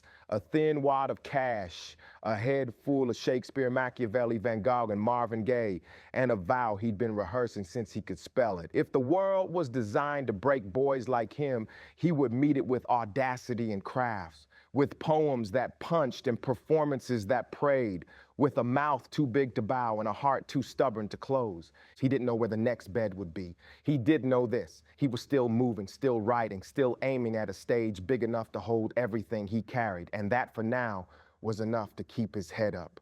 Part 3, Chapter 8, Thug Style. Man, when I hit Cali in '88, it was like stepping into a whole different movie. I came off that Greyhound with a busted up suitcase, some notebooks, a couple tapes, and my little sis right there beside me. Marin County, that joint look beautiful if you ain't know no better. Mountains, rich-ass neighborhoods, white folks jogging with their dogs, everybody smiling like they ain't never seen struggle a day in their life. But then you cross into Marin City, the jungle, and it's like the mask come off, 1 square mile of projects, liquor store on the corner, dice games in the street, cats slanging dope on the front, riches on one side, poverty on the other. That's the Cali I stepped into. Me and Sekiwa was tight when I first got there, tighter than ever. Mom's wasn't even out west yet, so it was just me and her holding each other down. She 12, I'm 17, but we both know we gotta be grown before our time. We staying with Geronimo Pratt's family, his wife, Ashaki, looking out, putting rules on the house like I was still a little boy. Curfew 8 o'clock. Don't matter that I've been living on my own in Baltimore, paying rent, surviving. Out here, I'm just another kid to them, but I couldn't do it. I had to get out, see what the streets were saying, and the streets was alive, bro. Drake Avenue, the front, that's where everything went down. Old school caddies parked crooked, homies shooting dice, fiends lurking, cats slanging right in the open. It was rougher than what I had seen back in B-more, and that's saying something, but what hit me the hardest was realizing this poverty, this grind. It wasn't just me, wasn't just my family, East Coast, West Coast. It's all the same struggle, same fight, different zip code. That's when it clicked. It's bigger than Pac, bigger than Afeni, bigger than Baltimore. It's about all of us getting done dirty. Only way I knew how to introduce myself to the block was with my art. So I'm out there spitting raps, letting them know who I was. Still MC New York, still the poet, but now I'm mixing Baltimore flavor with West Coast energy. The homies started calling me out at house parties, passing me the mic like, who's this skinny kid in a tank top talking that East Coast shit? I'd lace the beat, crowd go crazy, and just like that, I had a new crew. Linked up with Demetrius, Ant Dog, Ryan D, and DJ Gable. We called ourselves ONE, One Nation MCs, cop medallions, built a little studio in Demetrius's Step Pop spots, and just went in every night, drum machines banging. Weed smoke in the air, pack on the couch with a notebook in my lap, writing like my life depended on it, 'cause it did. That's where I lived, on them pages. Poetry, rhymes, pain, dreams, all of it poured out because I ain't had nowhere else to put it. Out west, I had to adjust. I didn't fit in at first. Cats rocking Jerry curls, members only jackets, playing ball all day. Me, I'm pulling up with my Gumby haircut, Malcolm X tapes in my bag, writing poems about revolution and girls in the same breath. They laughed, said I was weird, said I dressed like a hippie. I ain't even know who half the NBA players was. I felt like an outsider all over again, same way I did when I first hit Baltimore. But even when I hated myself for it, I kept scribbling in them notebooks, hiding my words like they was contraband. Money still fucked up, always been the story. In Marin City, I felt like the poorest of the poor. My homies ain't had much, but they had cars, they had gear. Me, I was broke as hell, borrowing rides, begging time behind the wheel, even though I ain't had no license. I damn near wrecked Ryan's Cadillac trying to stunt. Car rolling the wrong way down the street, me laughing like a fool while he cussed me out. But inside I was tight. That broke feeling never left. Years later, I still said that was the one thing I hated most, poverty. Not cops, not school, not even the bullshit at home. Poverty. 'Cause it robs you quiet, makes you feel less than a man.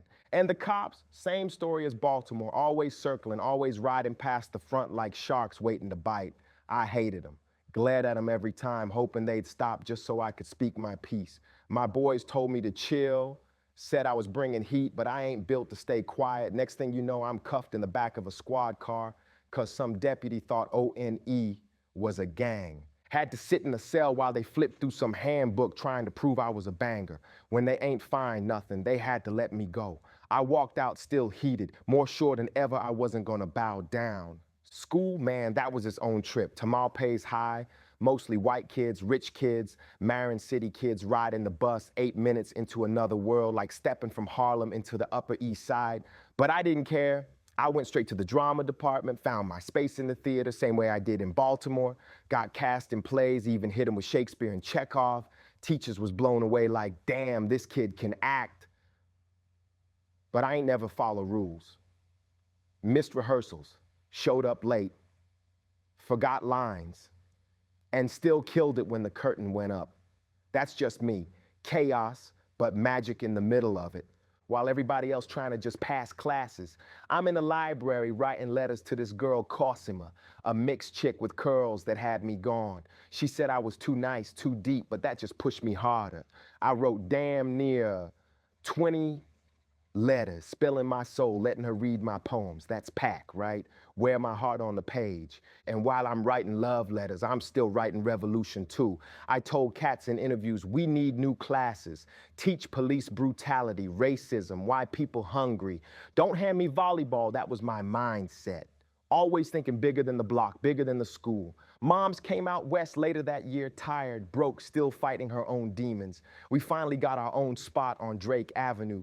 Little 2-bedroom with me sleeping on the couch. We was together again, but the struggle followed us like a shadow. I kept hustling, pizza jobs, extra work, anything to cover bills. But my real hustle stayed them words, that art. By then the streets knew my name, the cops knew my face, the theater seen my talent, and the hood seen my hunger. I wasn't just Pac from Baltimore no more. I was Pac from Marin City, learning thug style, blending East Coast intellect with West Coast grit, standing on the edge of two worlds, broke but rich in vision, angry but still dreaming. That's where I was in '88, between poverty and poetry, between the stage and the block, between Shakespeare and street shit, still figuring out who I was, but knowing damn well I was gonna be somebody. Chapter 9, Panther Power. I was 17, man, and school was already feeling like a dead end. Tam High had drama, had talent, but them classrooms, boring as hell. math, science, history that never even spoke my truth. They wasn't teaching me about my people, about the struggle. So some mornings I just ain't even get on that bus to Mill Valley. I'd walk the block instead, thinking more about how to survive than some equation I ain't never gonna use. One of them mornings I see this lady sitting in the field between Hayden's Liquor and the elementary school, white-looking woman, book in her hands. I peep it, Part of My Soul Went With Him by Winnie Mandela. I'm like, yeah, that's a real one right there. She looked up, surprised I even knew. That was Layla Steinberg, educator, activist type, riding all around the Bay doing cultural programs. Funny thing, she already heard about me. Cats in Marin City been talking, saying, yo, you gotta meet this kid Tupac, he different.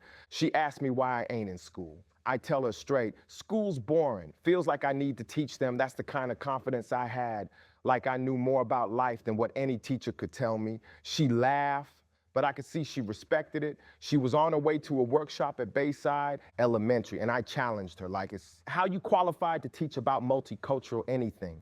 But then I caught myself, gave her a chance, said, let me come check it out. I slide through, sit in the back, peep the whole class.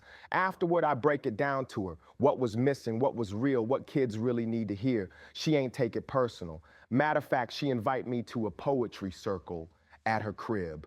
Later, that was the beginning of something major. We ride up to Santa Rosa, talking the whole way. Education, America, the system.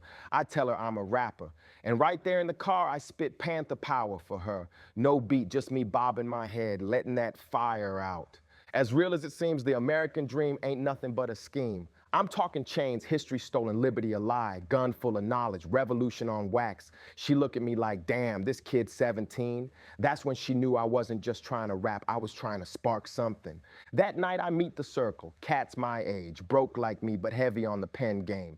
Ray Tyson, soon to be Ray Love, some poets like Kenyatta and Jacinta. We sitting in a living room, passing pages around, reading poems, raps, whatever. That room was like oxygen to me. They all vibed with my words instantly. Layla said later, everybody fell in love with him that night. I felt it too. I finally found peers who wasn't clowning me for writing poetry, but pushing me to go harder. Me and Ray clicked right away. We spit for each other, challenged each other, iron sharpening iron. Layla knew we was gonna connect. And from then on, Strictly Dope was born. We ain't just rap, we wrote poems, we dreamed. We walked to the store for Afeni's groceries, past Sausalito with them rich boats and yachts, and we promised each other, one day, shit ain't gonna be like this. We gonna rise up out of here. And at them sessions, I was dropping knowledge too. I told them slavery still got us twisted. Back in them days, mothers had to downplay their kids so slave owners wouldn't take them. That poison carried on. Black kids growing up with no praise, no confidence. I said, that's why our whole community self-esteem is broke. Layla was tripping like how a 17-year-old see it that clear.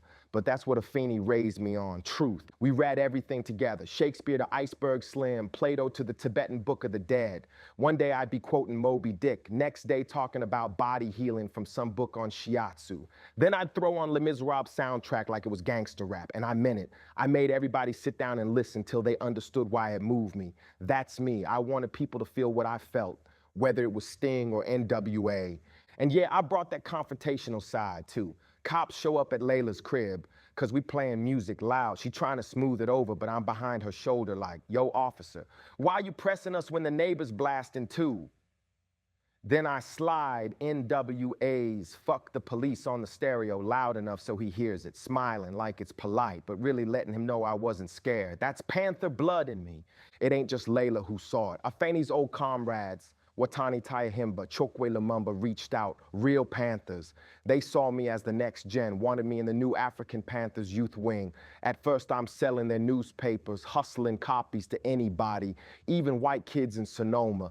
But the mission was bigger, raise awareness, raise pride, raise leaders. They thought I could be a chairman one day, and I wanted that.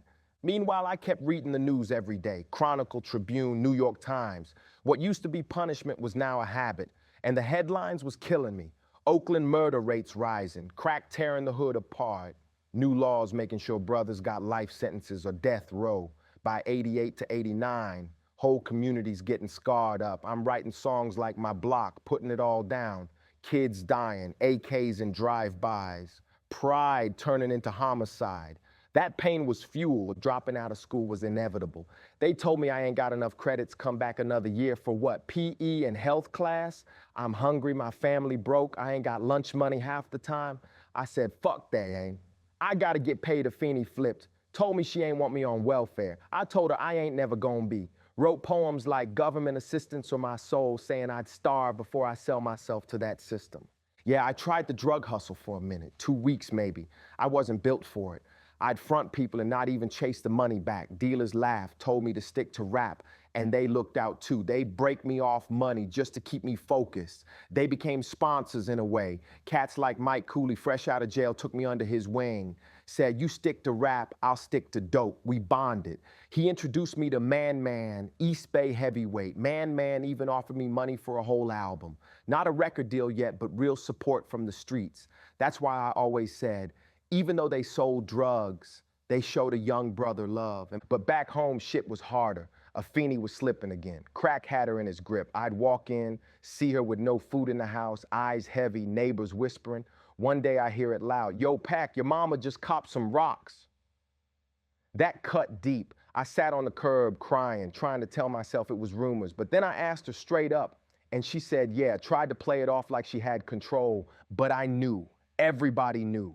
That was my hero, the woman who raised me on Panther lessons, who taught me pride, who gave me fire, now hooked. I was broken, angry, confused, wrote poems like, when your hero falls, letting the pain bleed out. You taught me to be strong, but I'm confused to see you so weak. That's what it felt like. I called Aunt Jean, begged her to take Afeni and Sakiwa in, said, there's nothing left here, she needs help. Marin City became that point where the wheels came off, where I lost the structure Baltimore gave me, where moms lost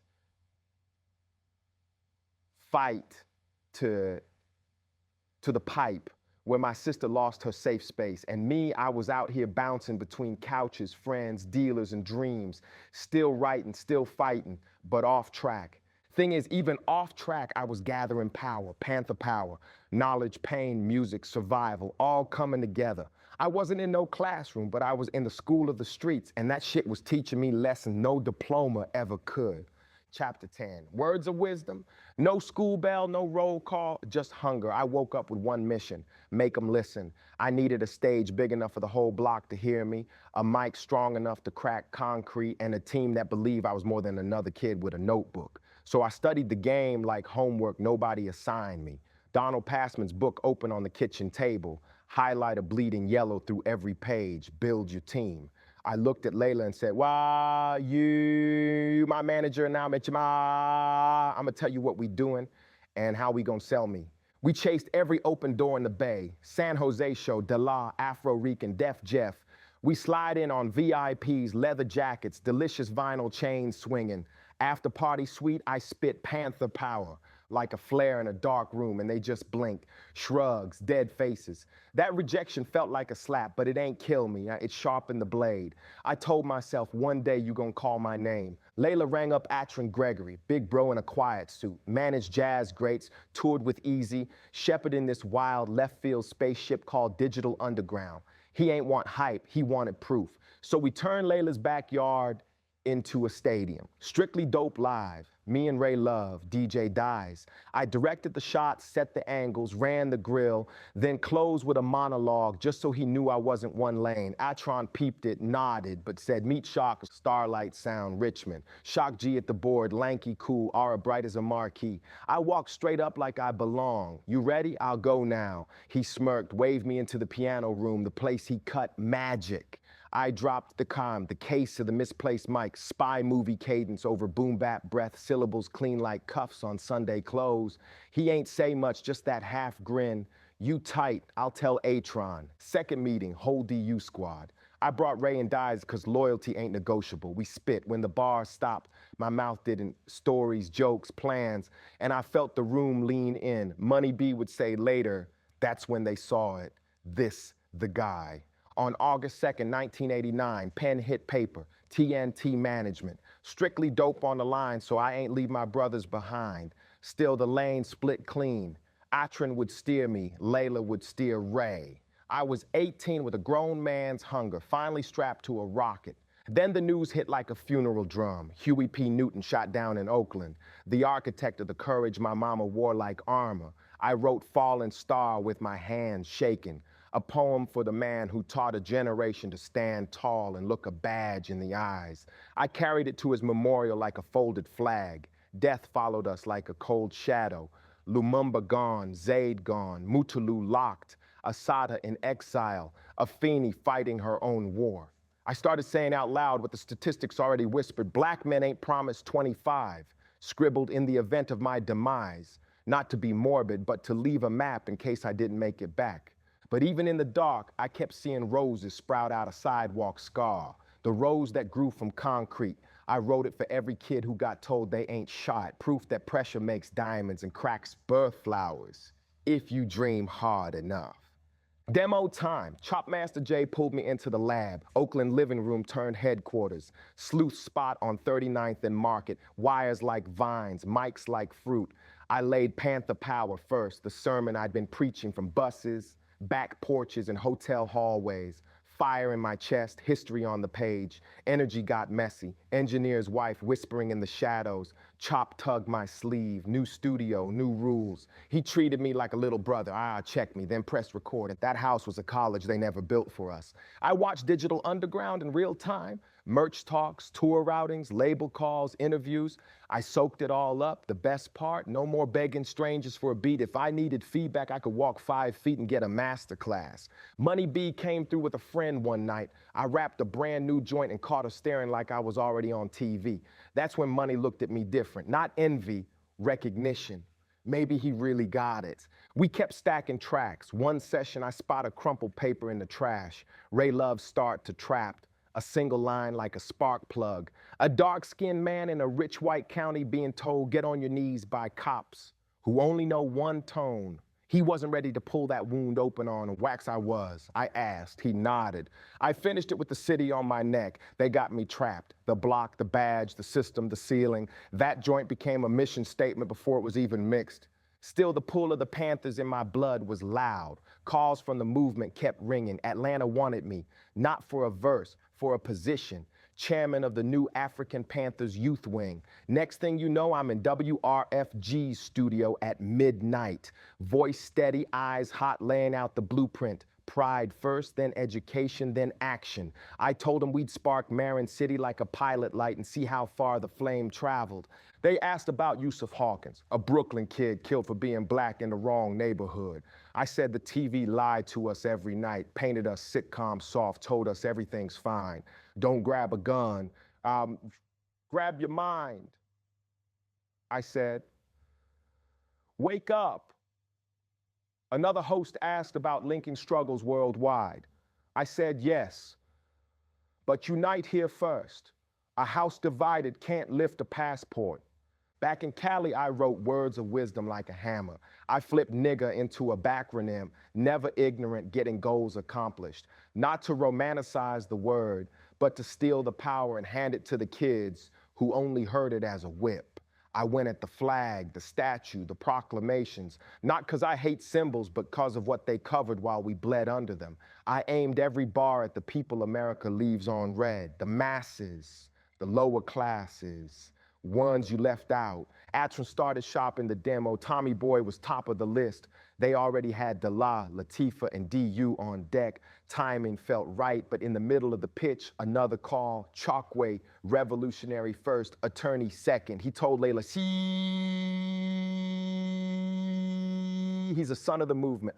Do not let the industry swallow him. I'm directing his steps. It wasn't beef. It was a tug of war for my soul. Mic in one hand, megaphone in the other. Layla hit Atron. Atron hit Shock. We might lose him, they said. Shock checked the van, no room, checked his heart, made room. He pulled Money B's brother off and slid me in as a roadie. I don't want to disrespect you, Shock said. Gentle but firm. Roadies carry bags. I told him I'd carry the world if it meant I wasn't stuck on the curb. I'll do anything. I'm going crazy here. That was the truth. I was too wired to wait, too loud to be quiet. If the door wasn't open, I'd squeeze through the mail slot. So I packed light notebooks, a head full of bars, and a promise to my younger self.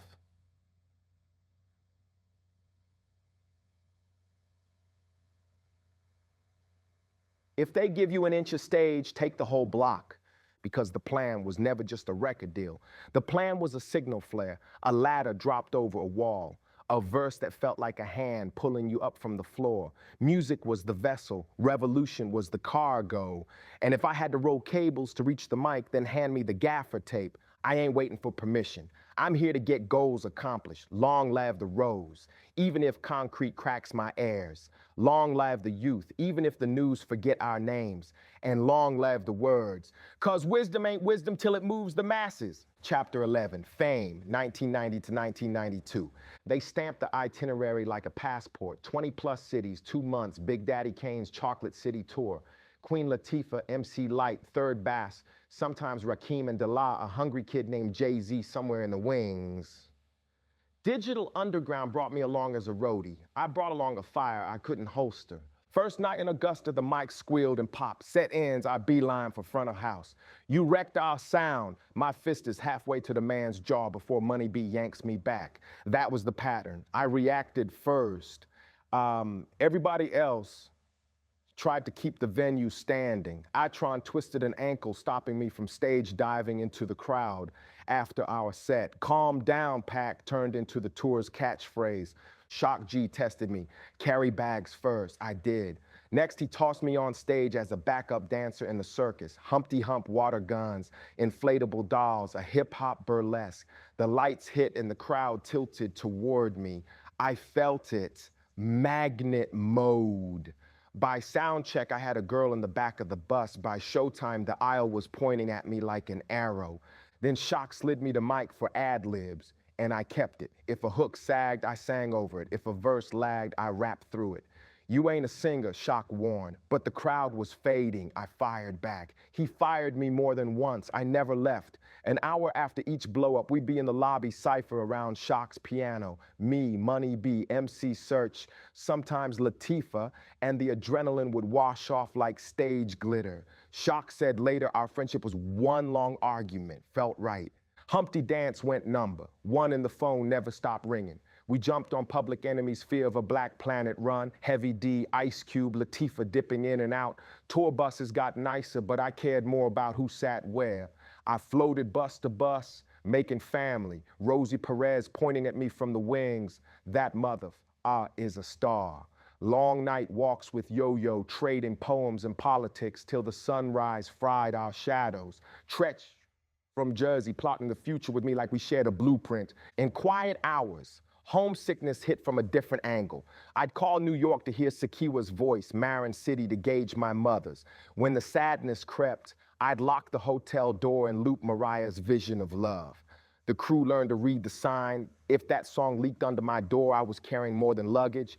The cops were still my reflex. In some southern stops, we had to cut the naughty bits. No dolls, no hump gags, or face decency laws. Our workaround, do the routine anyway, then jump off the 5-foot stage and vanish into the crowd before the badge line closed in. Shock and Money moved through fans like smoke. I sprinted like a prison break, ducking behind cars in the lots like I was in Mission Impossible, which is exactly how you get noticed. One night, cuffs, drunk tank, lesson unlearned. If you disrespected the people I respected, I turned police myself.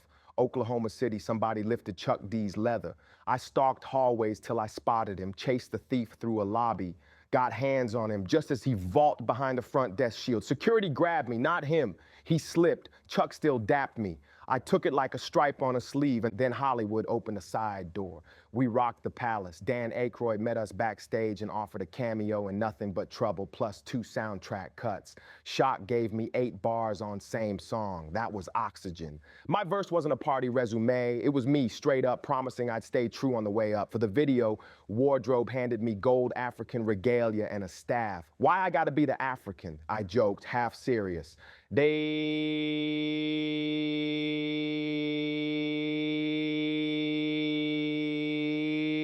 Then they hoisted me on a palanquin like a king, and well, roll camera, MTV spun it, my voice hit radio, SAG card in my pocket, a shortcut that takes most actors years. In a year, I checked off dream after dream. Arsenio Hall couch with Shock and Money B, first international flight, Japan, First movie set, fans knowing my face before my album even existed. And still, back home, my mother was losing a fight with the undertow. Our calls thin to static. I didn't judge her, I just hurt. When tour wrapped, I called again and heard it, the bottom falling out. She was bouncing between Marin City and Lake Tahoe, spirit thinning. I phoned Aunt Jean, no speech, just logistics. Get her home. We rode a Feeney to the San Rafael Greyhound. Mike Cooley bought the ticket, slipped cash in her palm, passed up a box of KFC-like armor for the road. I tucked a wad of bills in her hand and hugged her smaller frame. We kept the goodbye quiet. Sometimes love is silence you can lean on. She called the family at every stop, cried into payphones until they talked her home. She'd write later. Port Authority, New York. Jean found her sitting on the floor by her suitcase, and with one sister's hand on the other shoulder, the ground stopped shaking. Me, I stayed, not because I didn't love her, because I finally had traction. The hood had raised me, fed me, almost broke me, then handed me a mic and dared me to make it matter. I owed it everything, so I boarded the next bus. One city closer to a deal, one verse nearer to the life I kept promising in my notebook. Fame wasn't the finish line, it was the megaphone, and I was just learning how to hold it without burning my hands. Chapter 12, Nothing But Trouble, 1991. The first time Pac heard his own bars on the radio, the bay was gray and cold and the car smelled like old fries and ambition. He's riding with Ray Love and Layla across the Richmond-San Rafael Bridge, KMEL blasting when the beat flips and his voice pops. Everybody wilds out, hands slapping the dash, windows rattling. And then they hit the toll. Nobody's got $2. Layla scribbles a check to cross a bridge. Pac smirks. Remember this, last time he can't cover a toll.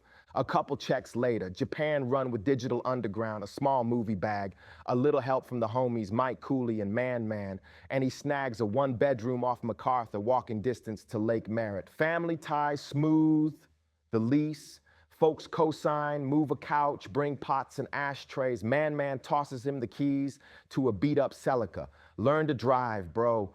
I ain't your Uber Pack nods. A license is freedom. Freedom means movement. Movement means work. The studio becomes church. Starlight Sound in Richmond, whatever room is cheap, whatever night is open, he's there. When the school bell rings, the kids he's mentoring, first the kids, then the have-nots, show up with grubby notebooks and big eyes. He dangles Toys R Us like a carrot if they keep grades tight and show on time.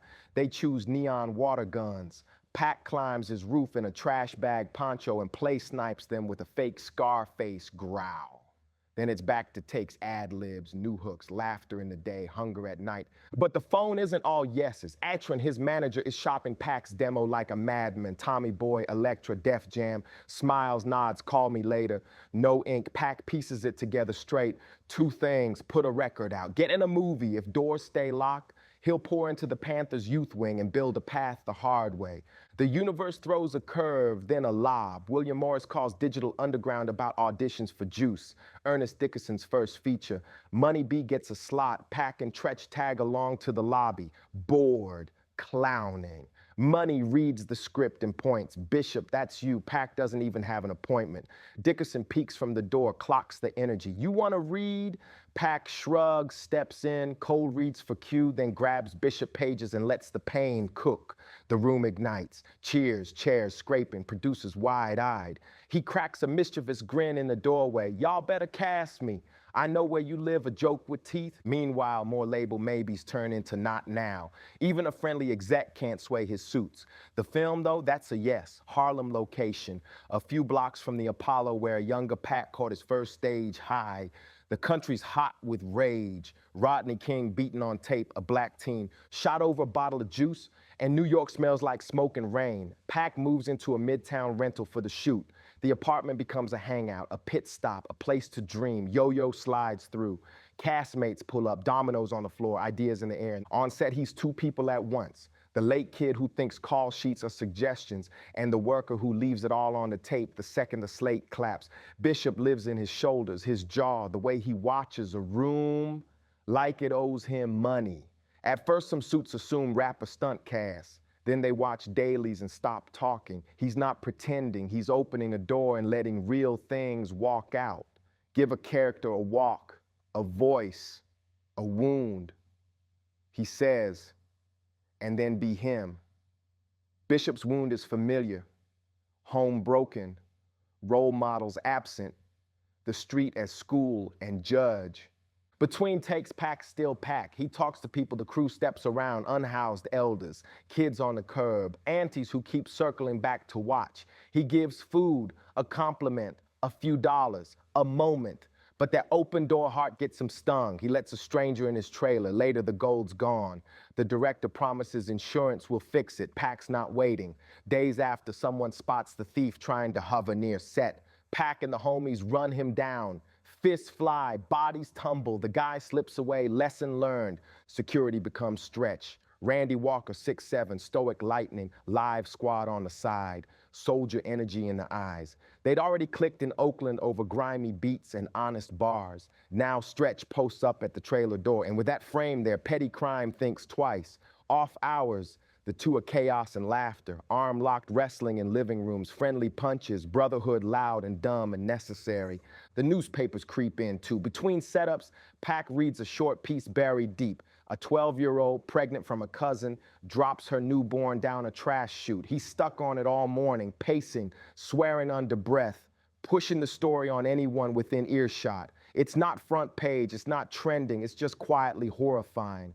He pulls a notebook and lets a song fall out fast and hurting. Later, in a dark Richmond studio with Big D at the boards, he records it soft and stern, a story for girls the world walks around.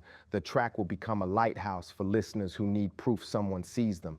They wrap the film in spring, crew throws hugs, the city exhales. A producer jokes about all that jewelry spend.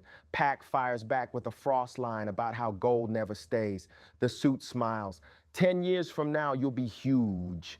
Pac's answer is Datistan, Datis deadpan, and chilling. Statistics have been whispering in his ear since he was small. When he's not on camera, he heads uptown to Washington Heights. Aunt Jean's place on St. Nicholas, collards and yams and fried chicken like a bandage. Money be stretch around a crowded table. Love loud enough to shake the walls. And there's truth too, Afeni's still fighting the pipe, sneaking smoke out a bathroom window. It hurts to watch his hero bend. Then Mercy, old Panther family, gathers for a 20-year reunion of their acquittal and pulls her into meetings, twice a day, then 3 times. The road back begins with someone holding your hand to the door. Pac visits sober and raw. He hands Afeni a thick letter, 13 pages of careful truth, lays out the wounds, the anger, the love that's still there but needs honesty to breathe. Recovery isn't a speech, it's 1,000 small choices. He won't pretend, he won't abandon her either. Back west, the grind doesn't blink. Night sessions stack up, hooks multiply. The demo hardens into something labels shouldn't be able to ignore. He's strategic. First show the system from inside the patrol car. Young black man pinned between suspicion and survival. Then show the other side of the same coin, the girls nobody protects. He doesn't preach. He documents. Money stays thin. The rent clock doesn't care about art. He budgets from the driver's seat of that ragged Celica. Studio fees, gas, groceries for the kids' sessions, a little for New York so the folks know they're not alone. The glove box is full of pens. The passenger seat is full of notebooks with bent corners, coffee stains, and big bossy to-do lists. Therapy is the booth. Church is the stage. Prayer is a verse that lands. And yes, he still clashes with uniforms. If security barks at a queen like she's nobody, he's chest out in a heartbeat. If a deputy tips through a club like he owns the floor, Pac is 4 sentences away from a cuff ride. He's not performative angry, he's lineage angry, history angry. I know exactly how we got here angry. Sometimes the homies pull him back, sometimes they can't. He's the fuse and the flame. The digital underground family keeps orbiting his path. They put him on a plane, on a stage, in front of MTV with a goofy nose and a gold kufi, carried on a palanquin like a young king in a video that circles the world. They give him room when he tries to sing over choruses that aren't his, and patience when he refuses to be actually fired from a tour. They see what the crowd of women sees before the second chorus, star energy you can't teach. All of this, the near-miss deals, the cramped apartment, the kids with super soakers, the Harlem winter, the AA chips in a pocket in Connecticut, the headline about a baby that becomes a song that will not leave you alone. feeds the machine. The art isn't separate from the life. It's a siphon. He drinks the world's mess and spits back clarity. So when someone asks, what do you want really? He keeps it plain. A record on shelves, a movie in theaters, a runway he can build for the next wave so the kids he loves don't have to choose between starving and sinning. The rest, cars, chains, applause, is accessory. The mission is testimony. Phones keep ringing, some calls are new doors. Most will circle back next quarter. He shrugs, lights another cigarette, flips a page, writes another 16. Out the window, Lake Merritt is a dark mirror. In the rear view, a patrol cruiser idles. In his chest, a drum loop and a vow. If trouble's all they hand him, he'll press it to vinyl and make it sound like hope. Chapter 13, Violence, 1991 to 1992. One random summer call flips Pac's whole future. Atron's phone rings, LA attorney Kim Guggenheim on the line like, there's this new label, Interscope, A&R cat named Tom Wally. You should holler Wally ain't some rookie. Jersey kid who climbed from mailroom to big desk, signed bands people doubted, then watched Bonnie Raitt take Grammys, while the suits who clowned him ate crow. He links with movie money Ted Field and studio killer Jimmy Iovine to build a label with one rule. Bet on fearless artists and don't water down the truth. Primus, 4 non-blondes, Marky Mark, 9-inch nails, left, right, whatever, as long as it's real. Atron slides Wally Pack's demo, words of wisdom, trapped. Tom hears the conviction and calls right back. Ted Field does his test. Pop the tape in while he drives. Trash it if it's weak. Pack's tape stays in rotation, then lands in his daughter's Walkman, co-signed from the 12-year-old A&R. Wally sets a Holiday Inn sit-down at Burbank, booth, coffee, no fluff. He asks Pack what's behind the bars. Pack talks about being a mirror for young black dudes who don't expect to see 25. Not posture, just purpose. Tom leaves thinking, this kid's a poet, a messenger. I'm backing him. Second dinner, this time at Genghis Cohen. Ted doesn't waste breath.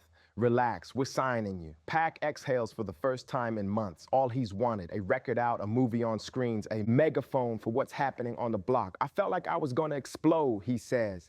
Then don't, Ted smiles. August 15th, 1991, ink dries. Pac becomes Interscope's first rap artist. Now for the hard part, getting a rap debut heard when big radio barely touches hip-hop and MTV keeps it to late-night boxes. Interscope's young. They lean on Atlantic's urban arm, east-west for promo muscle. Wally waits in their lobby forever, plays the tape, gets a flat, this ain't it, you don't know rap. They hand the cassette back like a parking stub. Tom drives back pissed and honest. Without a machine, breaking a new rapper is near impossible. He's ready to let Pac go rather than sell lies. Ted stops him. Do you believe in the record? Yeah, I do too. Then figure it out. Tell me what it costs translation. I'll bankroll the launch myself. Tom calls Atron. Ignore the industry clowns who already passed. We're moving.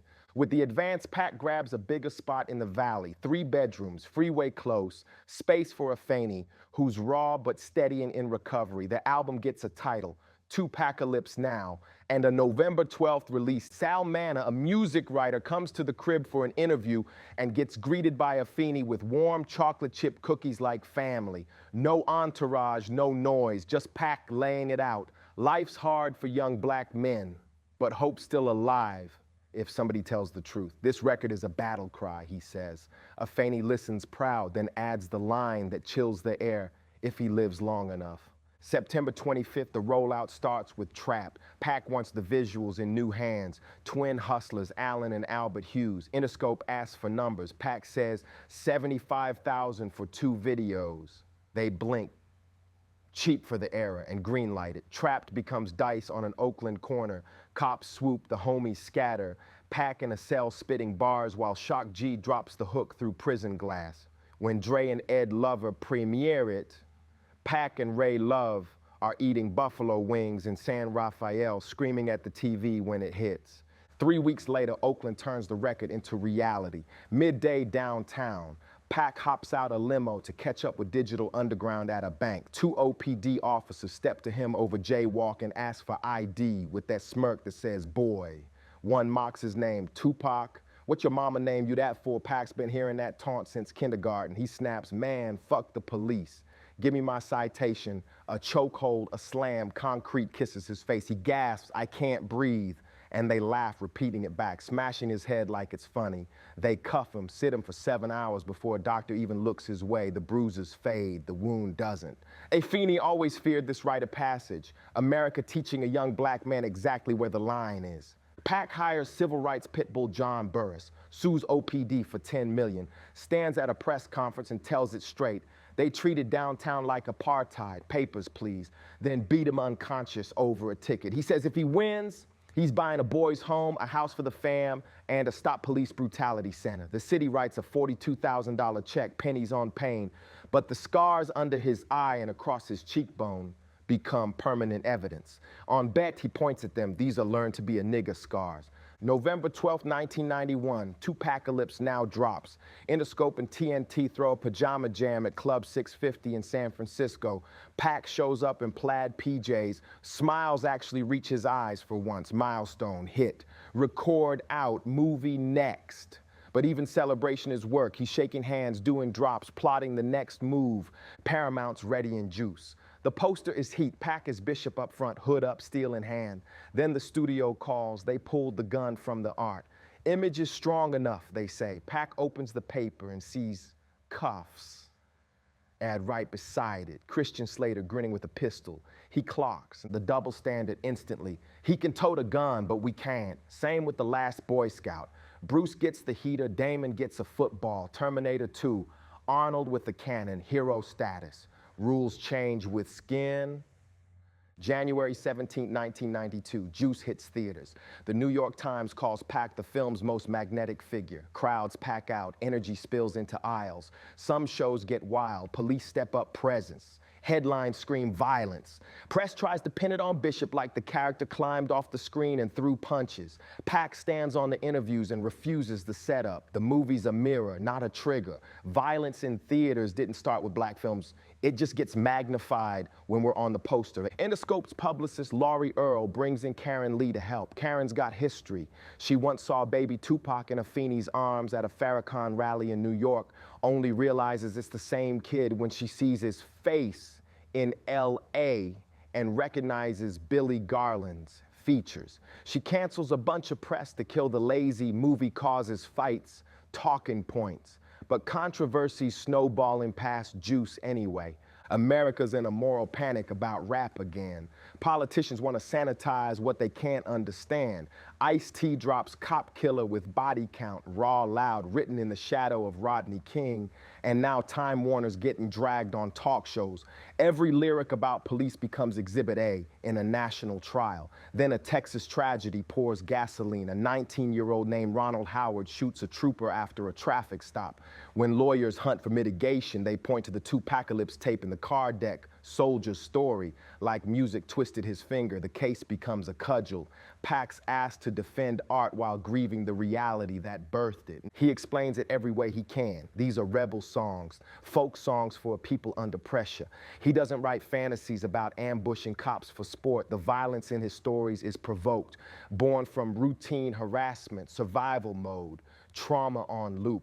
I don't rap we shall overcome, because that's a dream, he says. I rap what the window shows. Behind the scenes, Time Warner execs lean on Wally. Turn it down, clean it up, or at least make him apologize for telling the truth. Tom calls Pac in. Pac tells him the truth won't bend. He's not instructing violence. He's voicing what millions feel when blue lights live outside their window. Wally listens, really listens.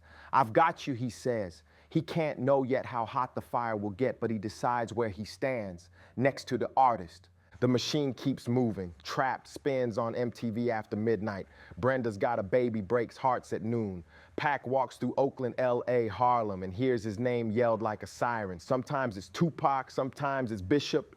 Teenage girls rush him, dudes stare hard, security gets jumpy. Fame is a mask he keeps adjusting. The eyes underneath stay the same, tired, watchful, daring you to look away first, and the work doesn't slow. He's in rooms with young directors nobody knows yet, pushing budgets into their hands because he remembers when nobody would push anything his way. He's in boardrooms telling label folks how to launch the visuals because the visuals matter. He's on courthouse steps holding a mic in the rain because the bruises matter. The system writes its labels, explicit and gangster, violent. Like those words can shrink a man to a headline. Pac writes his own. I'm a reporter from the front lines of where you never go. The more they come for him, the sharper his pen gets. My words are weapons, he spits, and I'm stepping to the silent. If the world calls that violent, that says more about the world than it does about him. In the end, this chapter isn't just about an album rollout or a movie poster edit. It's about a young black artist learning in public that American gatekeepers want the aesthetic of the hood without the truth that comes with it. That the same country that buys your pain will ask you to apologize for bleeding. Pac won't. He'll take the stage, take the charge, take the scar, take the mic, and he'll keep turning lived experience into signal flares. Because somewhere a kid with his headphones on is waiting to hear that he's not crazy, not alone, not wrong to be angry. And when the spotlight gets hot and the questions get pointed, he goes back to the same vow he made when nobody picked up Atron's calls. Tell it like it is, put it on wax, stand on it. The mission didn't change. The platform did. Now everybody has to hear it. Now, chapter 14, Only God Can Judge Me, 1992. Juice blows up and the noise is loud. Love and smoke mixed together. Pac's like, cool, y'all seen Bishop, but I'm not a one-note villain. Give me a Terminator 2 type role or some love story so you can see I got range. Universe says, bet. John Singleton, fresh off Boys in the Hood, pulls up through Atron. Ice Cube had been first picked, but Cube wanted script tweaks. John wasn't budging. Enter Pac first. Meeting ain't even Hollywood. Just Pac, John, and Atron sitting in a car, talking dreams. John looks Pac dead in the eye. I want you to be my De Niro. I'll be your Scorsese. That's family talk, chemistry check time. They take Pac to a beauty shop in Ladera Heights to read with Janet Jackson. Yeah, that Janet. Pac's playing it cool, but he's buzzing. Cameras roll, lines land, and you can feel it in the air. Green light energy. Studio was nervous about both of them acting. Screen test says relax, this works. April 14, 1992, Poetic Justice kicks off. Pac's lucky, a mailman with a good heart, a daughter, and real responsibilities. Nothing like Bishop. Pac explains it simple. Not every young black man is out here on scorch mode. Some of us clock in, show up, take care of home. Lucky's that lane. Pac's hyped to show another reflection. Still, real life follows. On set, some extra keeps clowning. Four pack, trying to tug at Pac's ego. It starts to spark. Then an angel literally walks out her trailer. Dr. Maya Angelou. Hand on Pac's shoulder, voice like Sunday morning. Let me speak to you. He's still hot, still cussing. She stays planted. Baby, do you know how much you mean to us? Do you know our people survived the ships and the auction so you could live? She pulls him away from the crowd, talks to his soul, wipes the tears before anybody can see. Storm calms. That's medicine you don't forget. Pac's publicist Karen Lee is thinking long game. If Legs is gone, Billy's absent, Mutulu and Geronimo are still locked. Who can be a steady older black presence? She links Pac with Bill Duke. Big frame, bigger resume. Actor / director, respected in every room. They meet at Roscoe's, talk craft, community, how to move in this industry without losing your center. Bill sees the fire and the blueprint in Pac, invites him to the deep cover premiere. Mentor seed planted? Meanwhile, Pac and Janet actually click. She even pops up for his If My Homie Calls video at Union Station, major gesture. Another day, Janet and her husband, Renee, invite Pac to Six Flags. He figures he can ride coasters and still make Bill's premiere afterward. Time gets slippery in the park. He misses the screening. It eats at him. He wanted to honor that new bond with Bill. Fame's new math, multiple circles, overlapping obligations. Somebody's bound to feel shorted. Then the country flips. April 29th, 1992. Simi Valley jury lets the cops who beat Rodney King walk. South Central erupts. Singleton halts production. Everybody goes home glued to TVs that show the city burning. Weekend Pac's at a park for a softball game. Foreign press sticks a mic in his face. He doesn't hedge. I hate to say I told you so, but I told you so. The unity was beautiful, but America ain't gonna let that ride long. This is your mirror. America, change or fall. That's Pac, grief and strategy in the same breath. We're shooting pause, he catches a red eye to Atlanta to link DU on a southern run. Before sunrise, he's creeping onto the tour bus, waking folks up like Christmas. Somebody from the back, yo, you really messing with Janet Jackson. Big laughs, bigger rumors. They crack open billboard, DU Sons of the P is climbing. Kiss You Back just went gold. Tupacalypse now ain't near those numbers. Big dogs, U2, Mariah, MJ, clog the top. Pac throws the magazine down tight. If I could get a beat like Kiss You Back, Shock G hears the shift. Pac's still about message first, but he's tired of watching the charts from the parking lot. Shock mails a tape with 2 beats. June rolls to Pac's 21st birthday on the Poetic Justice set. Atron's got a plan, brand new black Jeep Cherokee with the note in his name, cause Pac's credit is dust. Mopreme drives it up to Seaside. Crew cheers, Pac's grinning like a kid, finally ditching that death trap Celica Man floated him. He's happy and low-key surprised to be 21 at all. Karen keeps telling him, you gotta quit speaking death over yourself. The Poetic Justice rap party's got a bruise on it. Janet's team calls saying she's in the video too much, asked to trim her scenes from If My Homie Calls. Pac doesn't negotiate, he yanks her from the cut altogether. At the party, they keep distance, let the air sit. Ice Cube pulls up, Michael Rappaport too. Snoop Dogg's there, he tells Pac Juice was dope, they roll one outside. Jump back into freestyle when Singleton hands him a mic. Numbers get exchanged. 2 future legends clock that they laugh at the same jokes and like the same records. Brothers just like that. Now Pac's splitting time again. LA for movies, the Bay for music. He could have gone full Hollywood, but he keeps the Oakland spot. If I claim a city, I claim Oakland, he says. He's recording the 2nd album. First he calls it Black Starry Night, then Troublesome 21. And those long I-5 runs in the Jeep are soundtracked by his favorites. Sting and the Les Miserables soundtrack. Crew complains, Pac don't care. This my joint. Shock's beat tape gets popped in. Pac hears bar 1 and calls Shock mid-listen. This is it, first beat. Stop the tape, we cutting now. He sprints to the studio, says he's got a flight back to LA in a few hours. Shock's cooked, been up all week, says record your verse, I'll add later. Pac won't hear it. He scratches lines in his book, shoves a page at Shock. Here, say this. Just cause I'm a freak don't mean that we could hit the sheets. I'm Shock G, the one who put the satin on your panties. Shock grins, immortal bar born in a yawn. Pac hums a hook. Round and round, here we go. Ask Shock to put that Shock G shit on it. Piano pops, melody sticks. Hours later, I Get Around exists. Pac's in a cab to the airport. He's still loyal to the Bay, though, which is why August 22nd, 1992 cuts so deep. Marin City Music Festival, sun out, families on blankets. Frankie Beverly and Maze headlining later. Pac caravans over with Man, Cooley, Katari, Malcolm, Mouse, Mopreme. Plan is to show love, sign autographs for kids who watched him come from nothing, then slide to Ray Love's release party in the city. Thing is, Pac's mouth been heavy lately. He took shots at Marin City in an interview. Broad brush to a whole neighborhood. Pride got bruised. Word came back, some folks ain't feeling you. Pac figures, I show face, we good.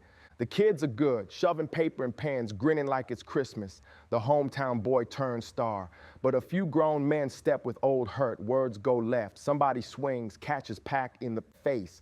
In the tangle, a shot cracks. Panic detonates. The crowd moves like water, everybody running.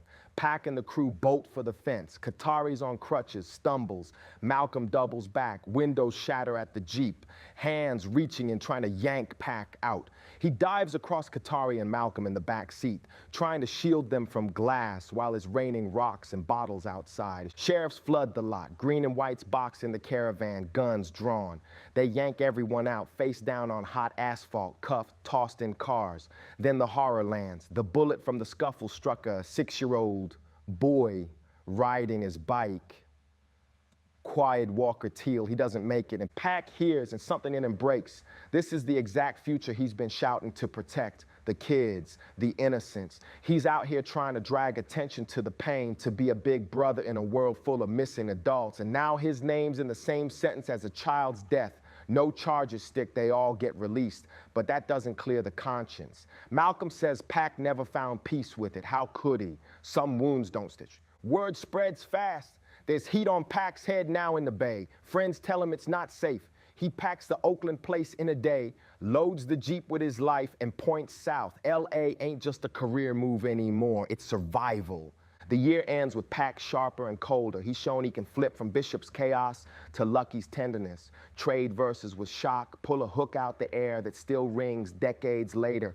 He's watched the city burn, told the truth on camera, and then watched innocence die 2 feet from his own story. The lesson he keeps repeating, only God can judge me, starts sounding less like a slogan and more like a shield, because the world's judgment is loud and lazy. But God and Pac both know what's really on that scale. The intent, the fight, the love for the kids, the stubborn commitment to say the ugly thing out loud so maybe it stops being true. He leaves the bay with his chest tight and his jaw set. Range proven, heart dented, mission intact. The beats will get bigger, the hooks will float higher, but the voice stays the same. A young black man trying to turn his scars into streetlights so the next kid can find the way home. Part 4, Chapter 15. Soldier's Revenge, 1992. They moved me to L.A., and the whole country started arguing about rap like it was a new religion. Politicians running for office needed a villain, and we were it. Young black voices saying what they saw. Quail talked family values. The news replayed fires and sirens, and every time somebody said crime, they slid our faces across the screen like mug shots. Meanwhile, I'm just trying to get these songs right and sleep through the helicopters. Time Warner suits called the meeting. Big room, quiet carpet. They said shareholders were nervous, police unions were angry, and that from now on, anything that even breathed about cops had to be reviewed. Translation, the same folks we rapped about got the final edit. Ice-T was already catching hell for Cop Killer. I respected how he stood on it, explained it, fought for it. But the heat got nuclear and he pulled the track. They expected the rest of us to fold too. I didn't sign up to be their mascot. I signed up to tell the truth. But truth costs. They told me some of the joints for Troublesome 21 had to be recut or tossed. I barked, I paced. Then I did what soldiers do. Adjusted the sight and kept firing. If they wanted a new version, I'd make a louder one. If they wanted me quieter, I'd make the message bigger. We laughed through the pain in the studio, me, Stretch, Maprine, Big D, clowning with the mock-ups for the cover. They said, "Get it out of here," I joked, and everybody echoed it like a chorus. But the smile never reached the back of my head. I knew what this was, the same old game Afeni taught me about, power deciding what stories get told. Then Quail called me out by name. Vice President on TV, acting like my tape was a murder weapon. No place in our society, he said. I looked around L.A., every freeway overpass stacked with tents, every corner holding a Brenda with a baby on her hip, and wondered which society he was talking about. Interscope held line for me, brought lawyers, kept the record in stores, but I felt the wall. Every rhyme now had an audience of censors in my skull. I poured that pressure into Keep Your Head Up. Latasha Harlins deserved the city's tears and got a judge's shrug. I wrote for her, for little girls who learn too early what this world does to black motherhood. I wrote for the boys who think love is weakness. It was pain with melody, medicine with a hook. Some songs you spit, this one I swallowed. I started sketching a different kind of blueprint. If the industry wanted me sanitized, cool, I'd grow roots outside the label. The plan at first was 50 NIGGAZ, one commander in every state, never ignorant, getting goals accomplished. Not a gang, a grid, self-defense, a spirit, economics, neighborhood. I even stamped it on my skin, stomach piece with an AK under it, not to glorify the trigger, but to say unity hits harder than any bullet. But even that name felt halfway there. I kept hearing America say thug at us like a verdict. I snatched it back, thug life. Not shiny, not polite, but ours. I broke it down so even the shameless could hear it. THUGLIFE, the hate you gave little infants, F everybody. You feed a seed with poison, don't act surprised when the tree cracks your windows. That's not a threat, it's physics. Mutulu called from the other side of the wall and made me sharpen it, define it, he said. He gave me the words history, the British, the con men, the assassins, warned me how the state twists language into chains. If you carry this banner, he said, carry a code. So we wrote one. No carjacking, no selling around schools, respect elders, protect children, stop rape, stop random harm, aim your anger up, not sideways. We put it in plain words. In unity, there is strength. I branded it across my abs. Thug life, block letters, the eye a bullet, to remind the world what they loaded into us. And to remind myself I had work to do. It wasn't just a tattoo, it was a contract. To build it out, I needed my mother. Afeni was sober, standing tall again. I asked her to come to LA and hold the heart of the movement, outreach, education, feeding people, fundraisers. I peeled off movie money and stacked it in her hands. That felt right. The revolution always starts with a kitchen and a clipboard. And I needed a manager who wasn't juggling 5 artists when I'm trying to move a continent. I loved Atron. He saw me early, fought for me. But I told him straight, I gotta be your only client or I gotta leave. He had a whole roster and payroll to honor. So I called Watani. He'd walked with me since Panthers days. Industry folks said he didn't know the business. I said I'd teach him the rooms. He'd keep me honest in them. He brought in Taliban to wrangle my interviews so my mouth didn't outrun my mission. Watani wasn't sold on thug. He liked outlaw, cleaner for the newspapers. I told him I'm not trying to be clean. I'm trying to be accurate. He said, fine, then we give it bones. He opened doors in South Central I couldn't open alone. Taught me the map, blocks in Crip blue, blocks in blood red, and how mothers on both sides fold shirts the same way on Sunday night. He introduced me to Serge, who took me to Echo Sound. And out in Inglewood, I met Big Psych, real trench soil, older than me, lived it, tired of it. We clicked day one. He wasn't looking for a savior. He was looking for a mic that didn't lie. Through him, I met Mental Illness and Big Cato, the kind of homies who'll stake studio time on your promise. The same way Cooley and Man once gambled on me. That completed a circle. People said I was changing. They were half right. I was growing new branches on the same route. Watani told me, you're balancing Hollywood in one hand, Hoover Street in the other. He was right. I didn't want the streets to think I cashed out on them, but I also wasn't gonna shrink for rooms with bottled water.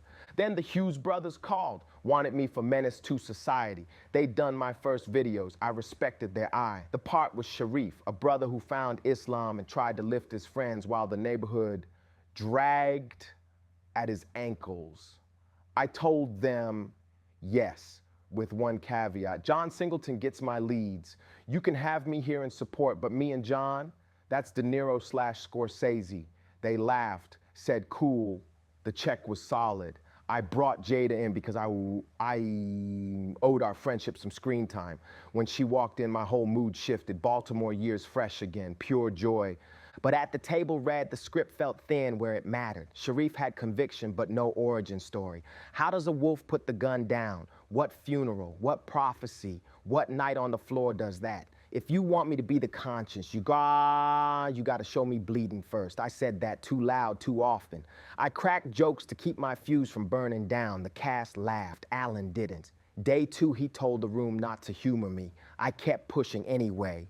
He pulled me into his office. We squared up with words, and I told him, call my manager. He didn't. Next thing I see it on MTV, fired, not a phone call, a crawl on the bottom of the screen. It stung because I wanted that version of the story told right, but I learned and moved. You can't ask Hollywood to hand you the mic. You bring your own PA system. While all that swirled, I took the gospel to my people in tuxedos and church shoes too. Watani set up a speech in Atlanta for the Malcolm X grassroots dinner. I stood at that podium and let the room feel the weight on my chest. I told them how my mother traded sleeping for teaching, how love in a kitchen might be more radical than any bullhorn. I asked why. With universities in every county, we still got boys with no maps and Brendas with no cribs. I said I felt robbed of a normal 21 because men older than me refused to carry the load. I said thug life ain't a threat, it's a diagnosis. We become what you pour into us. Back in the studio, the re-engineered album started to breathe on its own. Troublesome 21 mutated into strictly for my N-I-G-G-A-Z. Same back rhyme, bigger purpose. The title wasn't a middle finger, it was a message envelope.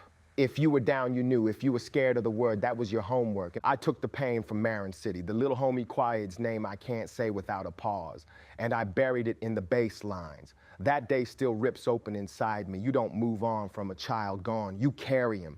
Every time I heard a crowd chant my name, I heard the echo of a bicycle wheel. It changed how I walked into rooms. I told the crew, we're done with careless. We move with codes now. It made me double check my own reflection. Fame is fire. You better learn where to set it down. On the music side, I kept chasing balance. I get around for the joy, keep your head up for the healing, battle records for the rage, prayer songs for the mornings when the mirror felt heavy. I wanted something for every kid that ever felt unseen, and something for every mother who ever stayed up in a chair waiting on a key to jiggle the lock. The label still sent notes with soft hands and hard eyes. I read them, nodded, and wrote anyway. If they closed one door, I cut through the drywall. If they redlined a bar, I made the next one sharp enough to bleed through. And when they said, be grateful, I looked at the block and remembered who I owed. And by the end of that year, the movement had bones, a code on paper, a leader in every corner I could reach, a budget a Feeney could point at, a sound sight could carry to the porches. We weren't waiting for permission. We were committing crimes of care, feeding, teaching, protecting. The real gang in this country wears flags and badges and logos. I wasn't scared of the word gang. I was scared of what happens when the wrong gang writes your story. So yeah, censors came, critics came, cops came, even filmmakers came. I kept my pen pointed at the truth and my palm on the people. You can edit my verses, you can cancel my cameo, you can call me what you want. But understand this, every time you try to press mute, more of us learn how to breathe fire through our teeth, strictly for mine. Thug life, fully defined. And I'm still here, eyes open, chest stamped, message loaded, asking the only question that matters. Who's really scared of our songs, the critics or the cops? Chapter 16, holla if you hear me. The Strictly for My Niggas dropped February 16, 1993. First week, 38,000 out the gate, slid in at number 24 on Billboard 200 and number 4 on the R&B/hip-hop chart. Decent. But Pac ain't chased decent. He wanted top slot, big dog numbers. Lead single was Holler If You Hear Me. Stretch on the beat, Pac on the bullhorn. Talking straight at America like, yo, how many more chalk outlines we gotta step over before you let us breathe? Video open like a warning siren. Families cracked, blocks flooded, hope taxed. He wasn't rapping for applause. He was throwing a flare for every kid boxed in by the same system that dragged his fam through hell. He's still tight about Menace to Society, mostly because he wanted to share the screen with Jada. Universe tossed him a curve. A different world came calling. No drama this time, just love. Producers already fans. They cast him as Piccolo, Lena's old flame, life imitating life. Him and Jada clowning on set, chemistry popping, a kiss for TV, not for them.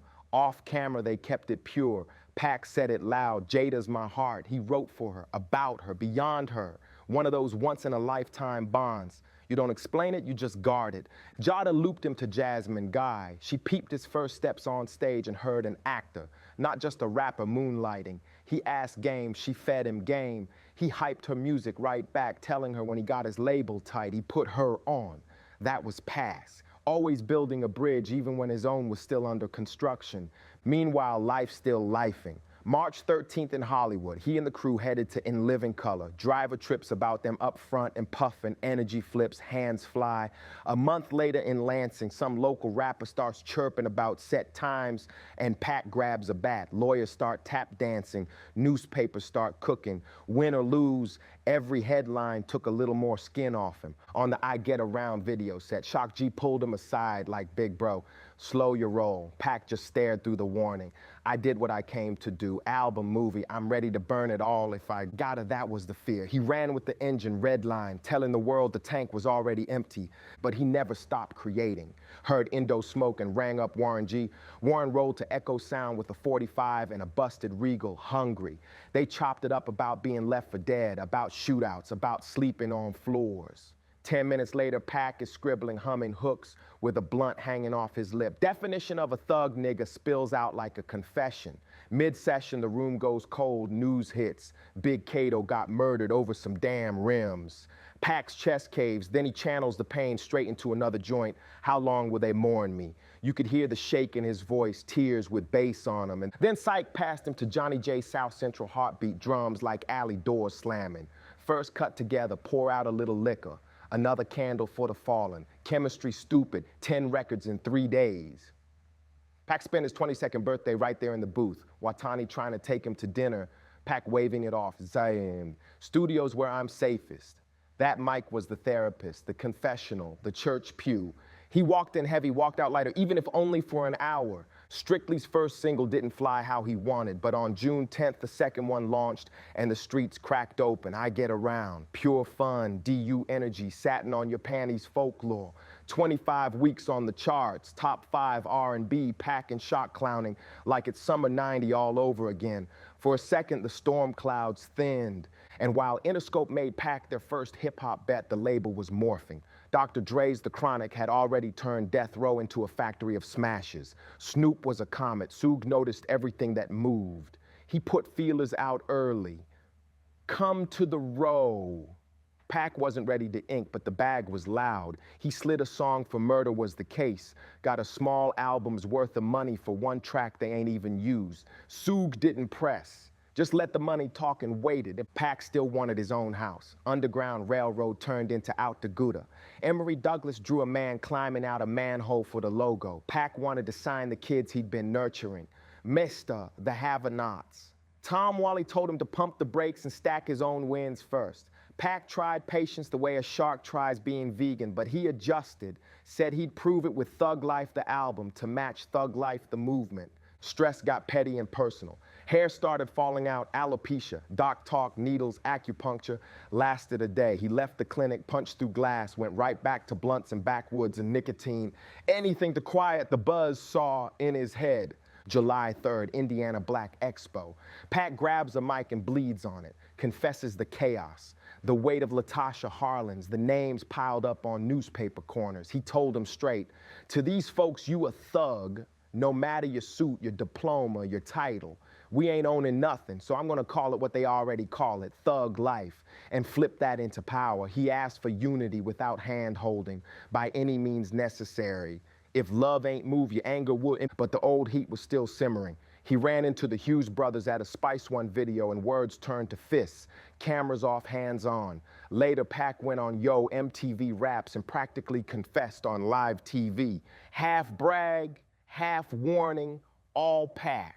Legal bills heard him first. 2 weeks after, Poetic Justice hit theaters and smoked opening weekend. Almost $12 million in the #1 spot. Critics split on Singleton. They weren't split on Pac. Variety said he was truly outstanding. Entertainment Weekly called him complex, compelling. Lucky was that other face of the young black man Pac promised. Working, caring, flawed, trying anyway. Same night crowds lined up for the movie. Pac was rocking the Palladium with a new brother, Biggie. They'd met through Stretch. Pac kept party and bullshit on loop in his trailer, then took Big to LA, crashed on couches both ways. 2 Geminis trading war stories. Later that fall at Madison Square Garden during Budweiser Superfest, at a Patti LaBelle R&B show, no less. Pac and Big stormed the stage and turned a velvet crowd into a cipher. Mr. C said it was one of the illest moments ever. They did it again at Bowie State, joked a fake scuffle mid-set, dropped Can't We All Get Along on them. Everybody laughed. The irony aged ugly. But that night it was love. By midsummer, the tour flipped from quiet rooms to pandemonium. Before Poetic Justice, some venues looked like rehearsals. After Janet kissed him on a 40-foot screen, the same room shook when he walked in. Afeni packed him travel kits, condoms, vitamins, prayer cloths, bail numbers. That's a mother who's lived both ends of the fire. Late 93 thug life. Volume 1 got buttoned up, Psych, Mopreme, Stretch, Spice One, Rated R, Macadocious, Richie Rich, the whole banner. UK mags called it cold and thoughtful at once, like a thesis with a scar. Enter Scope.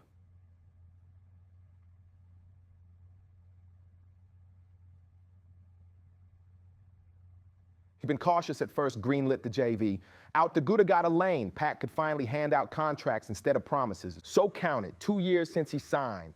3 albums completed, 2 films out. Another life trying to bloom under the lawsuits. The hospital trips, the police sirens that knew his name. I Get Around went platinum, while Poetic Justice held the #1 movie slot, radio and box office tag teaming his rise. He took the win and went home hunting. Far from LA noise, close to family. Aunt Jean and Afeni already bounced to Georgia, Decatur, after word from family said black folks were buying big down there, cheaper houses, bigger yards, a little peace.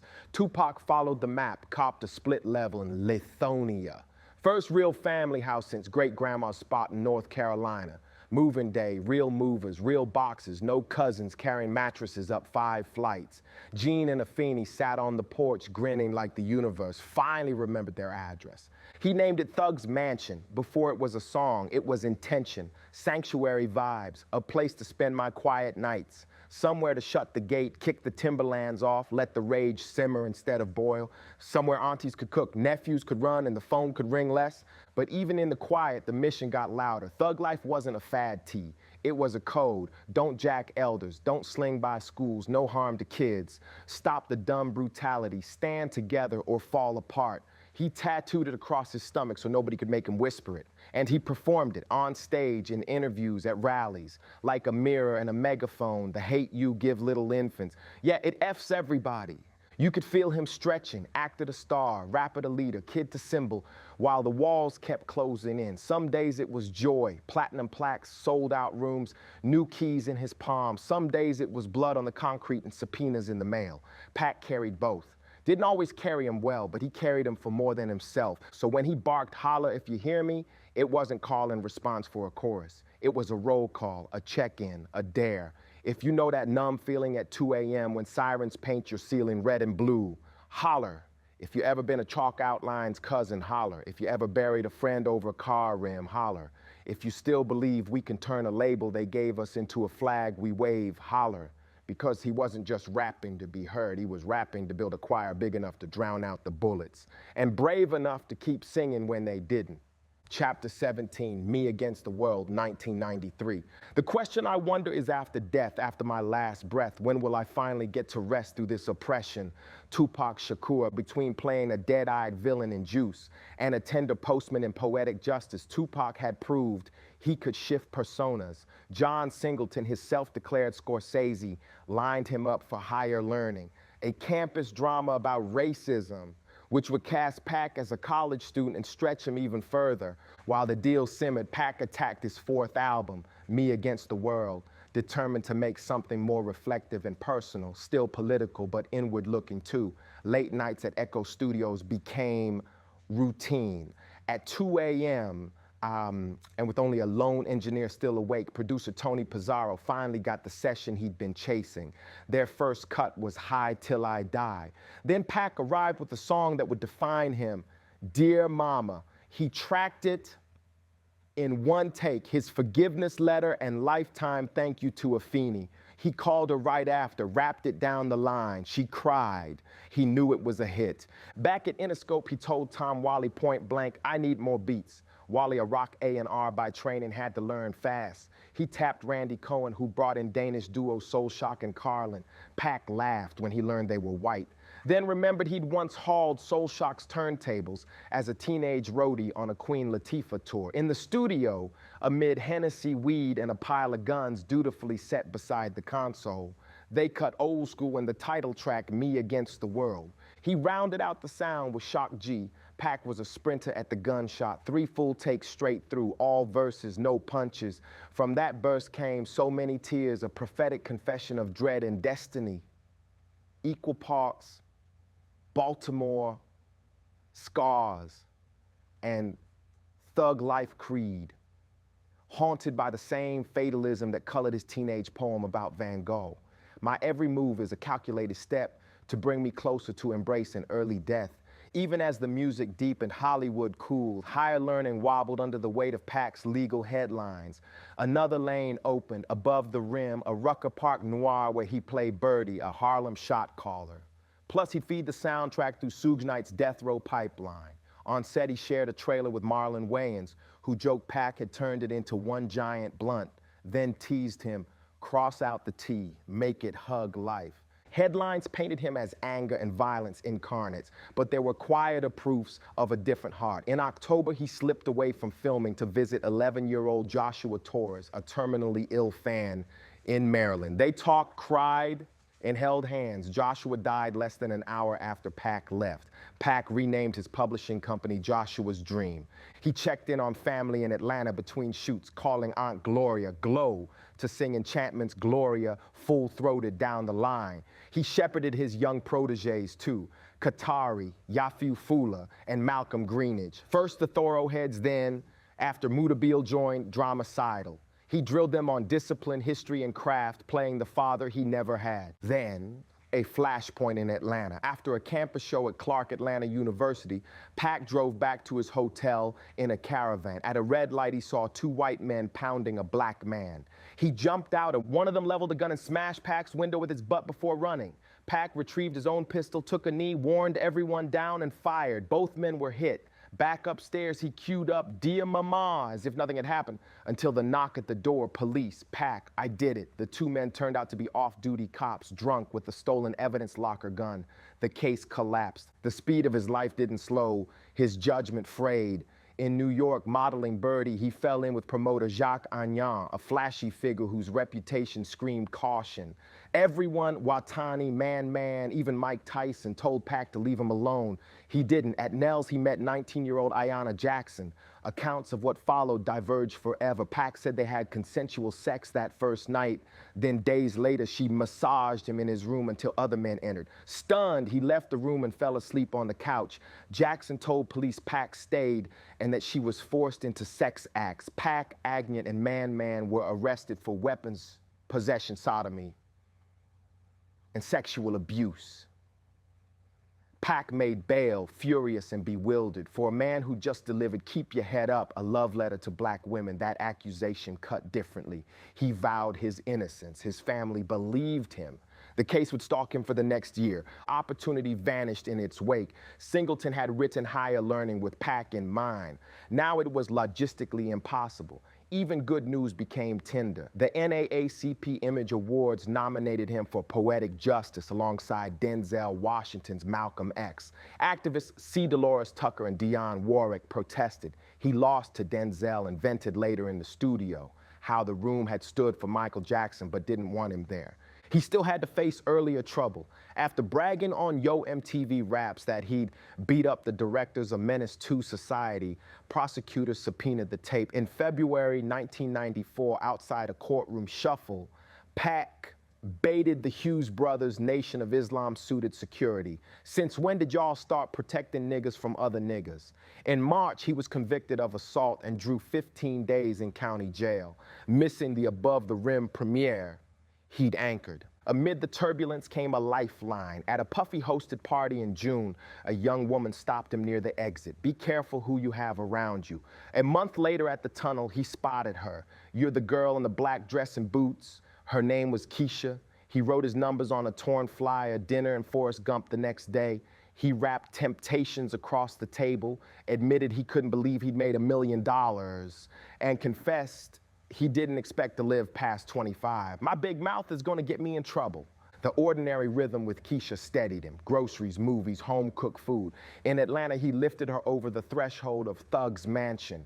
A candlelit attempt at romance singed into farce when a pillow caught fire. Afterward, he teased her for fleeing. In September, he gave her a crown-shaped platinum ring, 42 diamonds, delivered in a puppy's mouth. No kneel, just a sentence. We're gonna get married around your birthday. They saw Les Miserables twice. She hated it. He loved its stubborn love and tragic hope. Mornings he wrote in the bathroom while the dog nipped his toes. Nights he cooked or let her. Then they lay in Harlem's humid hush and dreamed a future untouched by court dates and tabloid ink. The work resumed. That fall he joined Bullet with Mickey Rourke, Adrian Brody, and Donnie Wahlberg. Julian Temple directed. Pac and Rourke bonded instantly, two combustible spirits sharing a Plaza Hotel suite, tearing through Manhattan nights, collecting bouncer whispers and bad decisions. Rourke even introduced him to John Gotti. Neither one of us should really have been in that element, Rourke later admitted. By late '94, papers were filled with Pac again. This time because prosecutors in Milwaukee said his lyrics inspired two teens who killed a cop. Pac hired longtime family ally Chokwe Lumumba, who reminded the press that Pac's songs were commentary, not commands, and that the problems he rapped about predated him by generations. Through it all, Pac kept moving, studio to set, bench to courtroom, microphone to talk show. On March 8th, he sat with Arsenio Hall to tell his side, what it meant for a man raised by women to be accused by a woman. It bothers me so much to get to this point and have a woman say I took something from her. He spoke softly, the rage banked by exhaustion and hurt. The mountains and valleys came faster now. The music was truer than ever, raw, reflective, unguarded, and the life around it more volatile by the day. Me Against the World was becoming less an album title than a daily weather report. The story of a young black man trying to tell the truth as it burned his tongue, trying to love his mother, his people, and a woman who gave him a taste of normal, while the culture he indicted kept dragging him back into its undertow. He was 23, writing like time was closing in, asking out loud how long until he could finally rest. Chapter 18, Letter to My Unborn, 1994. November 1994, New York Supreme Court. Same damn building where my mama, pregnant with me, once stood on trial, fighting for her life and mine. Now it's me in the hot seat, accused of something I swore I never did. I kept thinking, this ain't just random. My mama was a Panther. The government always had its eyes on us. Felt like they wanted to bury me for what I represented, not for what I'd done. I told Kevin Powell straight.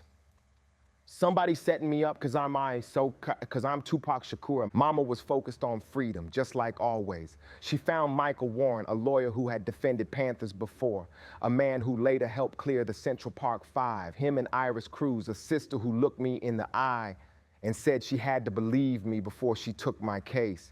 When we sat down in Brooklyn, she ain't get the loud pack the media showed. She got the scared young man, the one that felt betrayed. I opened doors, pulled her chair, talked straight, told her I respect women. This shit hurt me, and she believed me. But the deck was stacked. Judge Fitzgerald, tight with Giuliani, sat over me like a hawk. I could feel the politics dripping off his robe. Every day I scribbled on legal pads while the lawyers argued. Songs, poems, whole damn scripts. I wrote a 99-page screenplay, Day Room 12, then Shadow of Doubt, then Man-Child. Story of a rapper framed for something he ain't do. Sound familiar? My main character walked out not guilty, still creating, just writing. Instead of rapping, that was me putting hope on paper. Outside court, though, I spoke loud. Cameras in my face, I told the press what it really was. This ain't just about me. This is about the outlaw voice I carry. They punish me. They scare off the ones coming behind me. Yeah, I admitted my flaws. Said I was guilty of being a chauvinist, guilty of not caring enough sometimes, but never of rape. My biggest crime, talking loud. November 30th, jury still out. I hit Harlem with Stretch, Zayd, and Freddie Nichols Moore. Laid a track with Ron G. Then I get a page, Jimmy Henchman calling. Said he got a gig for me. Verse for Little Sean at Quad Studios, $7,000. I said, bet. We roll up after midnight. Lil Cease calls down from a window. At the door, I spot a dude in camo, head low. Something felt off, but I was high, wasn't clocking it. Inside, waiting for the elevator, two young dudes pop out. Lay down! Take off the jewels, guns flashing. I ain't lay down. That's not me. One grabbed at me. I yanked back, tried to grab for mine. Gun, one shouted, then shots erupted. Next thing I'm on the floor, boots clacking together. Bullets tore through me, head grazed, hands shattered, leg bleeding. They stomped me, stripped me of my chain, my piece, 40 grand in ice. Kicked me in the head for good measure. I heard Zayd calling, you good? All I could get out was, I'm hit. They ran. I dragged myself up, blood dripping, still trying to chase them, couldn't find nobody. We took the elevator up. I walked into that studio, leaking everywhere. Biggie, Puffy, Andre Harrell, all of them looking stunned. I grabbed a phone, called Keisha, called my mama, then 911. Paramedics came. Same cops who jammed me up before, grinning while I bled, making jokes about my balls while I laid strapped down. Cameras flashed outside, me on a stretcher, flipping the bird at the world. I wasn't gonna let them photograph me weak. At Bellevue, they stitched me up, put me under. Mama and Glow rushed in. Even Mickey Rourke flew in, straight off a plane to see me. Then some stranger shows up, Billy Garland, claiming he's my father's. Man looked just like me. For a second, I thought I was dead, staring at myself in heaven, but I felt nothing. Legs was my real pops in my heart, and he was gone. Bandaged head, IV pole dragging, paranoia eating me alive. I checked myself out less than 24 hours later. Security guards tried to stop me. Jamal Joseph told them to move aside or else. I walked out in a gown, coat, and Yankees cap, crowd swarming. Mickey Rourke pushing through, reporters snapping like vultures. Doctor said he never seen anyone leave like that, but I couldn't stay. I felt death hunting me. Hid out in Keisha's Harlem spot, then Jasmine Guy's brownstone. Family rotating shifts, trying to protect me. One night they walked in and found me on the couch, shotgun in one hand, 45 in the other. Fuck the world written across my forehead in black marker. Glow swore she saw a demon on my shoulder. Mama knelt in front of me, begged me to fight for life. She saved me that night. She talked me back. But the darkness didn't let up. I told my crew I wanted them to drive me to the woods, share one last blunt, leave me with my shotgun. Said if I died, don't let the system touch my body. Said I'd rather go out on my terms. They sat there in shock. Nobody agreed, but they couldn't shake me either. Truth, I just wanted the pain to end. Wanted somebody else to pull the trigger for me. Every day, new betrayals pressed in. I cut people off, ended friendships, stopped trusting anyone who'd been in quad that night, even Stretch. I was convinced everyone knew who set me up and nobody stopped it. December 1st, I rolled back into court in a wheelchair, bandages under my Yankees cap. Jury came back, not guilty on sodomy, not guilty on attempted rape, not guilty on weapons, but guilty of sexual abuse. Touching her buttocks. That's what they got me on, still enough to cage me. Judge gave me until Christmas Eve to heal before turning myself in. Those 3 weeks I hid. Media wouldn't leave me alone, family terrified I'd get hit again.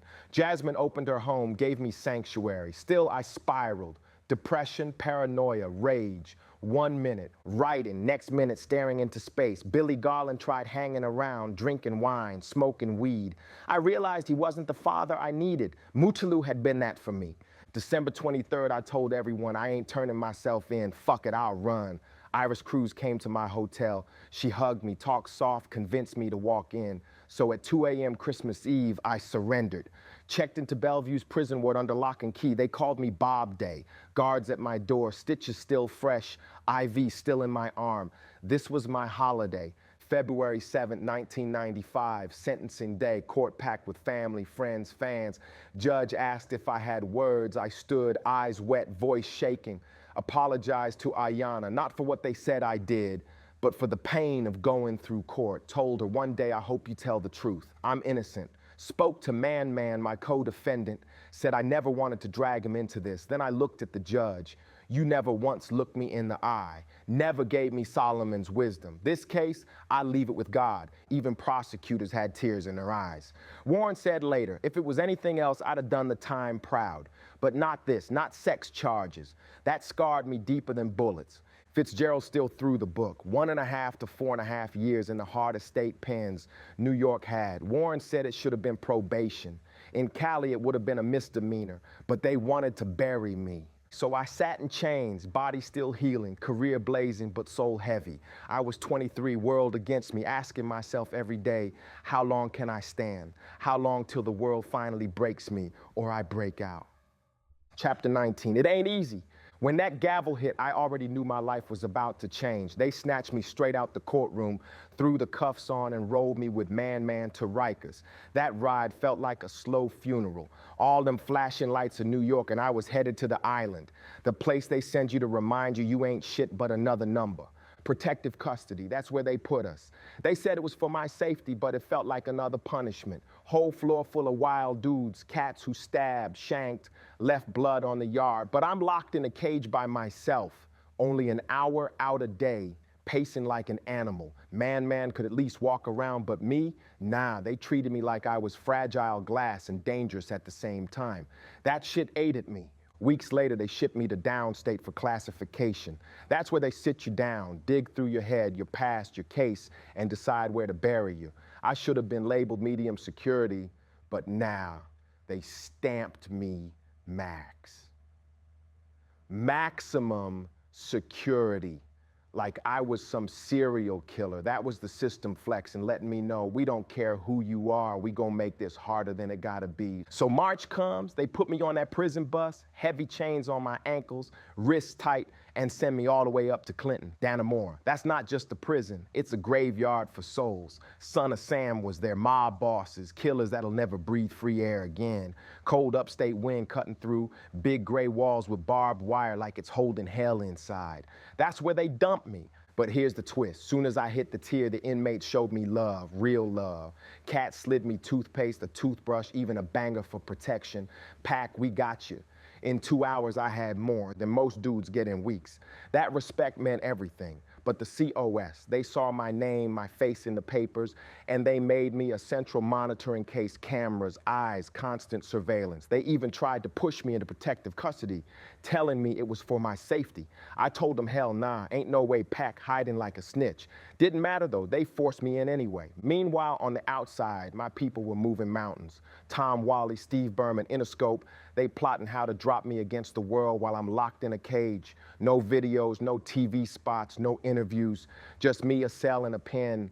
But they ain't give up. They pushed that record like their lives depended on it. And Afeni, Watani, Atron, Yasmin, they fed me memos every day, legal updates, strategy, hope. Told me once the appeal hit and the bail was raised, I'd walk out. March bled into April, and then came the news that cracked the walls around me. Me Against the World debuted number one. Number one. Nobody ever did that from a cell. No band, no singer, no rapper, just me. Locked down and my words out there louder than ever. 500,000 copies in a week. Dear Mama flooding the airwaves. Kids everywhere running to the stores to grab my CD. I was beating Bruce Springsteen. You know how wild that felt. That was my revenge. That was my fuck you to the system. But while the world was celebrating, I was pacing in a 6x9. No studio nights, no women, no weed, no stage lights. Just silence, iron, and my own thoughts. So I buried myself in books. Maya Angelou, Sun Tzu's Art of War. I let Deion Ferris soothe my soul through the headphones. I started writing scripts, Live to Tell, half my life, half fiction, about a hustler named Scott Solomon. Wrote it all out like I was building a movie in my head. Dreaming Jada would play the lead. And I wrote letters, stacks of them, to my mama, to Glow, to Mutulu, to Jamal, to Madonna, Jada, Chuck D. Even Tony Danza hit me up, crazy, right? Told me to keep my head up. Those letters, that was my lifeline. Every word reminded me the world still cared, and Keisha stayed down the hardest. Moved close just to be near Clinton, running errands, making calls, buying me CDs, clothes, books. That's why I married her, not because of conjugal visits or some fantasy. Nah, it was respect. I wanted people to see her as my wife, not just my girl. April 29, 1995.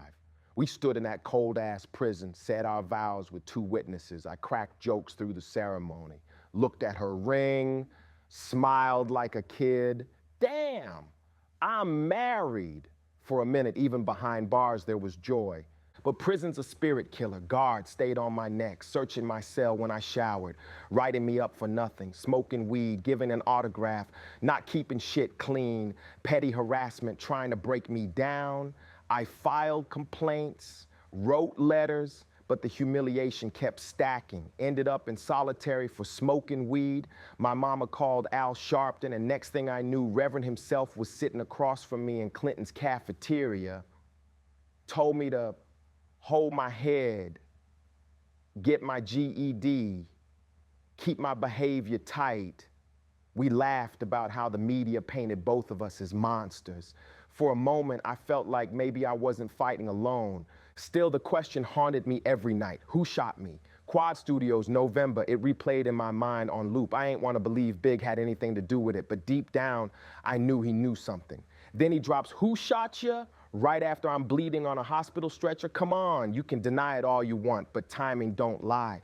Biggie and Puff tried to explain, tried to act like I was confused, but the damage was done. That friendship was dead. The system still had me in chains, but death row was knocking. Sue came through making promises. Dre was there, Snoop too.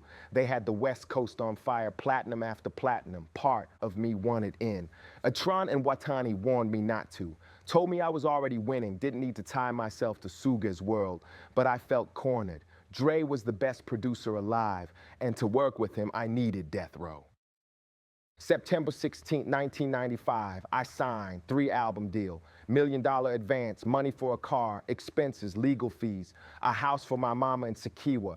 That's all I wanted. Soog and Kenner became my managers, and I became Death Row's newest soldier. Some say I signed my soul away on a napkin, but to me it was a ticket out that cage. And then the word came, September 22nd, my appeal granted, bail raised, papers signed, the countdown was on. After a year of cold food, dirty cells, guards on my back, I was finally about to walk. The dynamite they tried to bury in Clinton was about to explode back into the world. I told myself one day I'll be back, and now that day was here. Part 5, Chapter 20, California Love. Out on bail, fresh out of jail, I felt the cold air hit my face like freedom itself. October 12th, 1995, gates of Clinton Correctional slid open, and there I was, packed back on the streets. After damn near a year inside hell, I was breathing real air again. Syke and Yas waiting outside in a stretch limo, white like a wedding day. Champagne, Alizé, blunts already rolled. First sip burned, first puff hit my chest, and I swear it felt like the whole world cracked open again. I was free. Didn't waste no time. We celebrated heavy at some little-ass motel. Booze spilling, smoke clouding the ceiling, everybody laughing.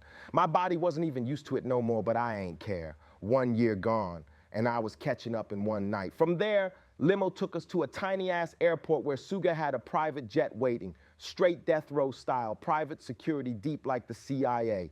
That was my welcome home, no halfway, no small steps. Straight from a cell to Hollywood, first stop in Cali, the Beverly Center to re-up the wardrobe. Prison khakis off, Versace on. By nightfall, I was sitting in Monty's steakhouse with Soog and the whole Death Row squad. Lobster steaks, crystal flowing like water. They laughed, cracked jokes, but me, I stayed quiet, soaking in the room. I ain't trust nobody yet, smiles too wide, glasses too full. I was out, but I wasn't comfortable. And after dinner, straight to Can-Am Studios. That's where the real party was. Weed thick in the air, beats bouncing off the walls. I picked up the mic, started spitting, but the liquor, smoke, jet lag, all of it hit me at once. My knees gave out mid-verse. Sooj caught me before I hit the floor. Whole room froze like I was about to die right there. I shook it off, laughed, went back to the hotel to recharge.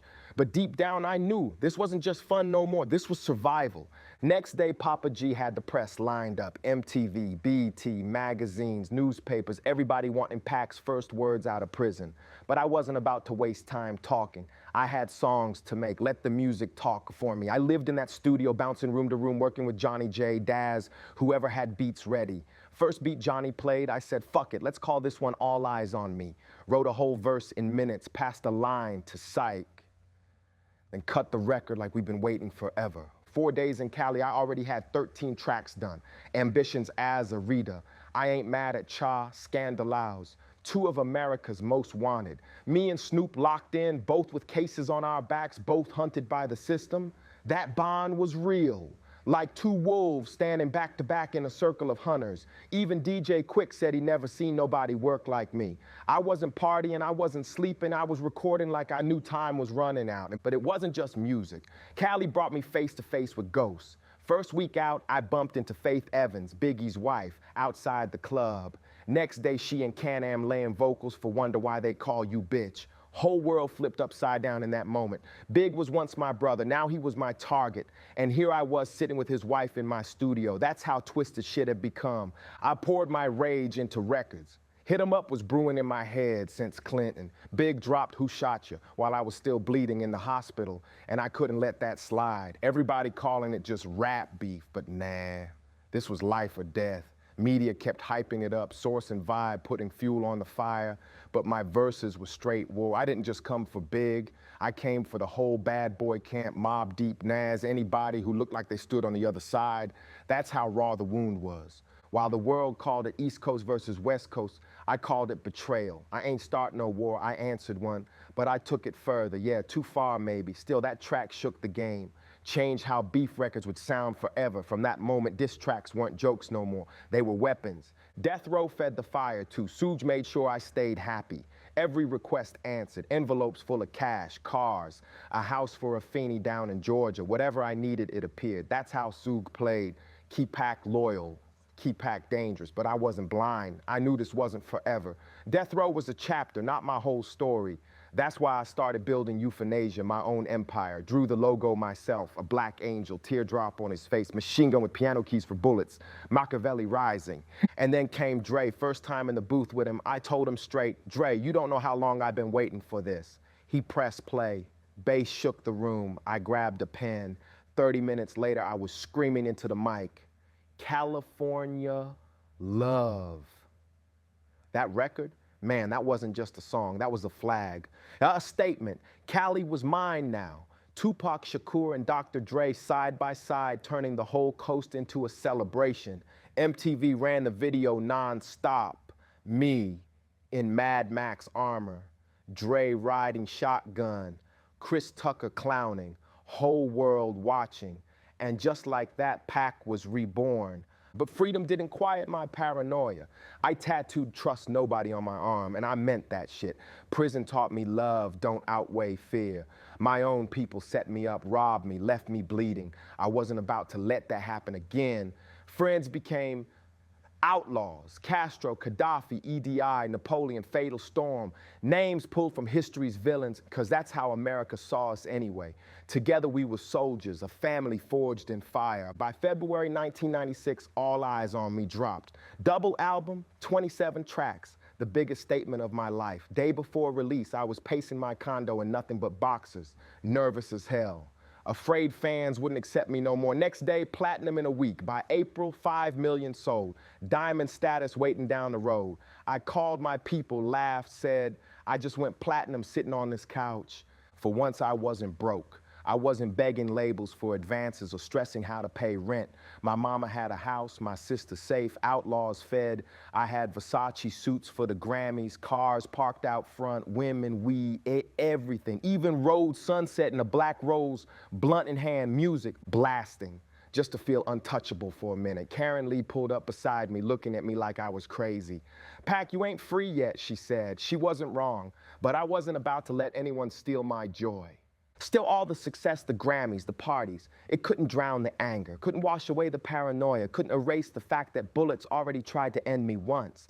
That's why I worked like a man possessed, why I barely slept. I knew every verse might be my last. California loved me, yeah, but it was also the place I'd test fate one last time.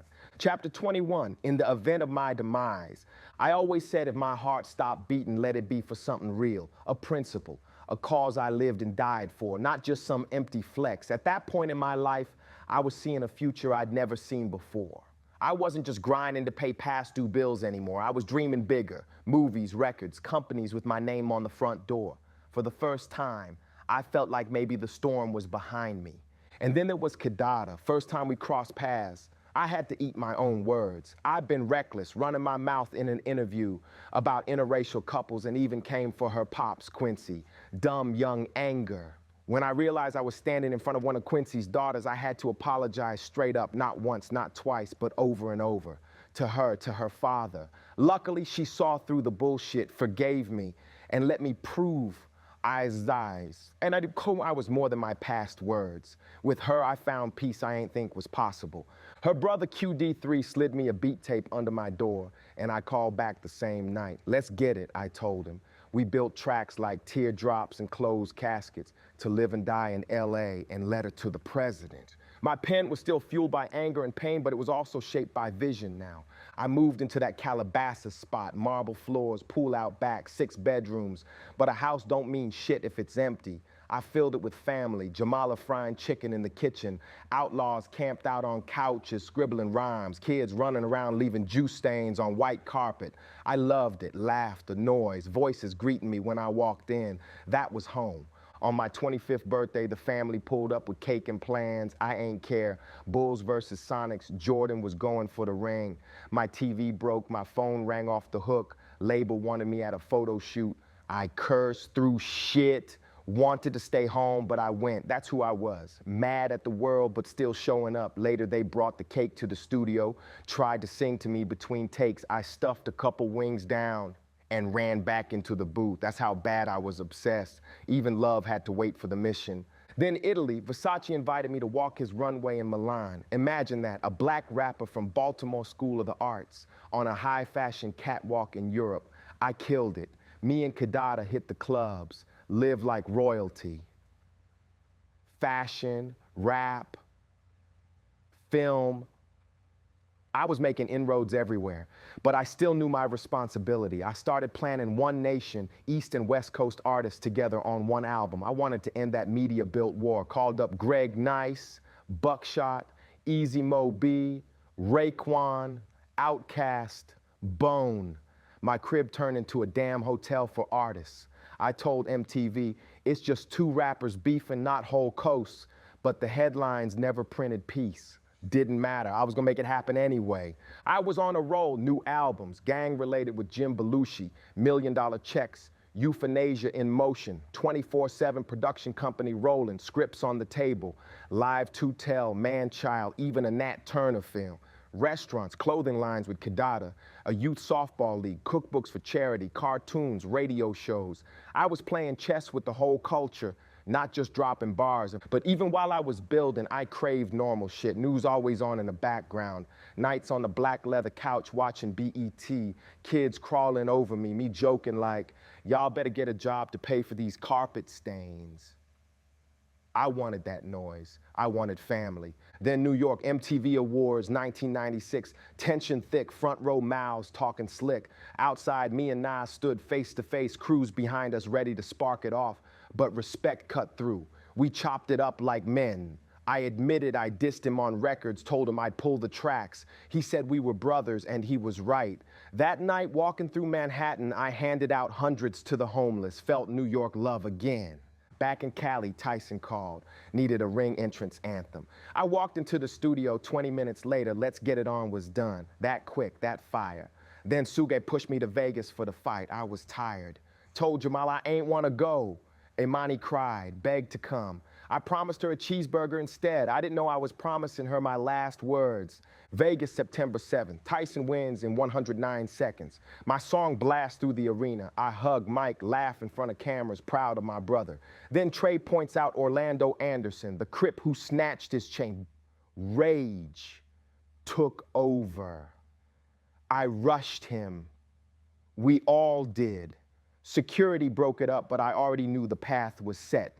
Later, I changed into a jersey, fixed my Machiavelli medallion with a safety pin, jumped in Suga's BMW, Flamingo Road, red light, a Cadillac rolled up, windows down, no words, just the roar of a Glock, bullets ripped through the car, tore through me, hip, hand, chest, Suge bleeding, pedal floor, tires blown, glass shattering, sirens closed in. My breath grew heavy, world fading, and hospital lights, tubes, family at my side. Outlaws on guard like soldiers, guns tucked, taking shifts. Reporters camped outside like vultures, fans praying, crying. I slipped in and out, nurses, doctors, surgeries, one lung gone. My mama holding me, whispering love, refusing to cry. Glow kissing my forehead, promising me peace. September 13th, 1996, 4:03 p.m. My heart gave out. 3 times they tried to bring me back. My mama said, let him go. I left this world the way I lived, loud, fearless, unfinished. My body failed, but my words still breathe. My spirit still roams. If you listen close, you can still hear me in the beat. Chapter 18, Letter to My Unborn, 1994. November 1994, New York Supreme Court. Same damn building where my mama, pregnant with me, once stood on trial, fighting for her life and mine. Now it's me in the hot seat, accused of something I swore I never did. I kept thinking, this ain't just random. My mama was a Panther. The government always had its eyes on us. Felt like they wanted to bury me for what I represented, not for what I'd done. I told Kevin Powell straight, somebody set me up because I'm Tupac Shakur. Mama was focused on freedom, just like always. She found Michael Warren, a lawyer who had defended Panthers before, a man who later helped clear the Central Park Five. Him and Iris Cruz, a sister who looked me in the eye and said she had to believe me before she took my case.